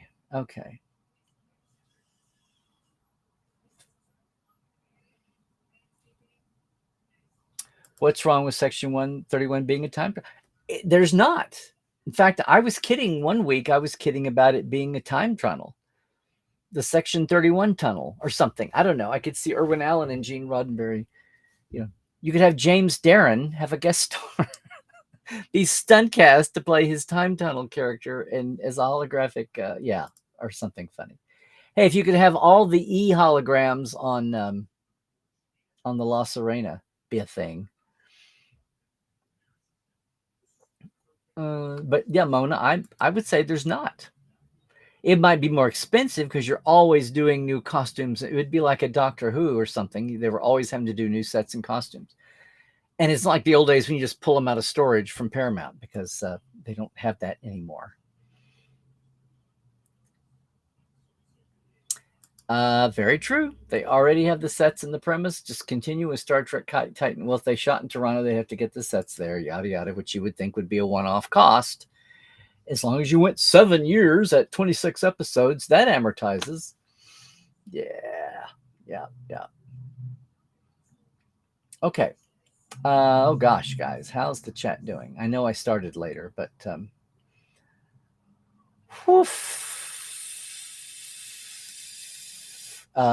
yes, exactly. I mean, depends on what your parameters are, what your costs are, how you look at it. What's the big picture of cost? Mm-hmm.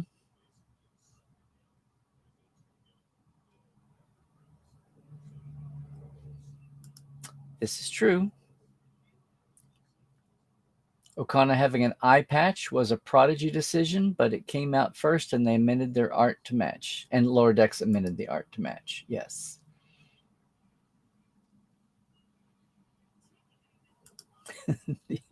Christoph, you're so empathetic. I think it's more like Janet asked for the end of the chat. Of course, it's my fault too here. There you go. Almost time for the main viewer. Everybody tell the gang over there hi for me. Sean, across the interwebs here, I'm detecting the tone of your personality. Extreme sarcasm. Yes. Okay. The Pioneer loses its drive and merges with its sister, the Uranus. Yeah. The USS Titan Uranus. Okay. I do have a block button.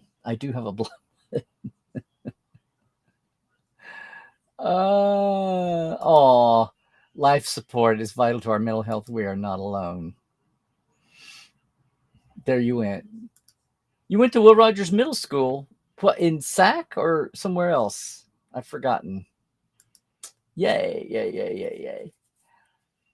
Well, I was just listening to the radio show where he was in Sacramento. There was a national governors conference in Sacramento, and he was talking about if you're hurting Democratic governors, it's like herding sheep. But if you're hurting Republican governors, it was like herding goats. But a year into the Depression after the FDR revolution, he said there were only 6 Republican governors known to exist in captivity.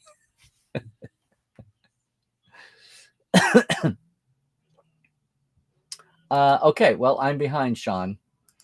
Those damn behind the scene creatives are just flooding the airways with too much cool stuff, taking my job away from me.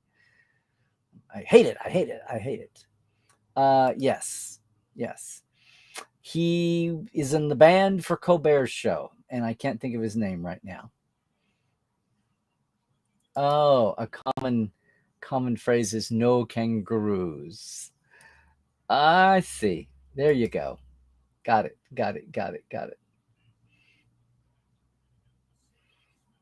All right.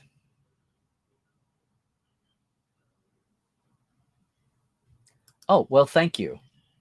I blocked him as soon as I got to him in my flow, but thank you. Porn or not, I don't want the spammers.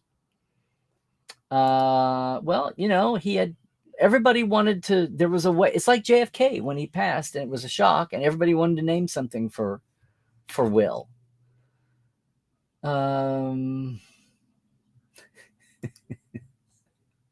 It would work. Okay, everybody. I think we are at the end of the chat. Thank you very much. You know what I forgot? Got to remind everybody before we move on, though, that I want to thank all of our Patreon folks. And that means our TTL Club of Diana Hopkins, Robin Wilson, Lawrence Todd, Anne-Marie Siegel, Justin Porteous, Galinda Bruton, Chris Jiggins, Pranakasha Productions, Ryan, Mona, Mias, and Andrew Jazemski. And how about I do that? Boom. As I said, our TTL Club. I want to make sure everyone's thanked and noted here. Diana Hopkins, Robin Wilson, Lawrence Todd, Anne-Marie Siegel, Justin Porteous, Galinda Bruton, Chris Jiggins, Pranakasha Productions, Ryan, Mona Mian, and Mias, and Andrew Jazemski, and our live wires, Robin McLean, Byron Bailey, J.R. Poole, Halbjorn Gunn Johnson, Alan Hoensi, David Gregory, Tobias Rex, our newest, and Casey Shafsky. Yes, that's all our Patreon folk. And you know what? We're growing finally here. It's happening bit by bit. If you want to jump in and help out, it's simple. It's only $5 and $10 a month. Patreon.com/Trekland Live. You go there, you might see something else you want to help out to. It's monthly. It's a shout out. And our $10 folk, our live wires, get access to early behind the scenes Portal 47 interviews, which will eventually update over the years. We're starting them with the first couple of years right now. Love to have you helping us with growing our platform here. Of course, if you really want to deep dive Star Trek, you could just join us at portal47.net. But before I go there, I want to go here and remind everybody that the Trek Files is back. It is our 10th season. Speaking of Dave Blass, he's our guest for episode 2 that's up now. If you didn't catch the one with Jonathan Frakes last week, it was our season opener. Very proud of that one and this one as well. Give us a listen. The Trek Files is where the documents are as well as the audio. Or you can get audio wherever fine podcasts are caught. It's hashtag Trek Files on Twitter. Podcast.roddenberry.com is where you can find all the Roddenberry podcasts in sci-fi world, in science world, led by the Great Mission Log, of course. And across the interwebs, it's Larry Nemechek at Twitter, Mastodon, etc., etc. Larry Nemechek's Trekland is the YouTube. Like and subscribe. And Facebook and Instagram. Come over there, too, if you can. Portal 47, as I was saying, is where we have a mini-con all year long with all the packages. And yes, again, the Portales are going to enjoy Sandy Freeze. Had a very interesting and early pioneering moment with the Next Generation in the first season and has a lot of things to report on. So that's it, gang. So glad. Thank you for your patience today. Thank you for enjoying things as we reopen and open up.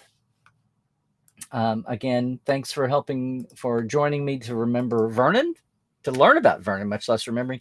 Thanks for all of those if you're able to. If you can't even jump in to help support Jim Vanover's GoFundMe, at least share the love Share the project around through Trekland wherever you can. Jim's a humble guy. You wouldn't think so in person. No, he's awesome in person and a great, garrulous guy. But as the years have gone by, he's been quieter about his contributions. And I was going to try to open him up and have him back on some of my, especially Portal, and talk about it all again. And hopefully we can do that again soon. But helping him out with some of the non-insured bits of his therapy and adaptations, and as he gets back to proper form, we'll be out there. So once again, thanks to you all for joining us. I look forward to being back with you Tuesday. Join us live if you can. And if not, we'll see you later on Twitter, wherever, or on YouTube, and wherever you are. I appreciate everybody jumping in the chat today. If you're lurking, that's fine. Maybe you come back and leave a comment on the edited stream later. But that's it for today. Thank you all again for your patience. And, stay healthy, do all the things. Stay woke, check your sources. And truck well, everybody. Am I going to see anybody in Lake Charles, Louisiana this weekend?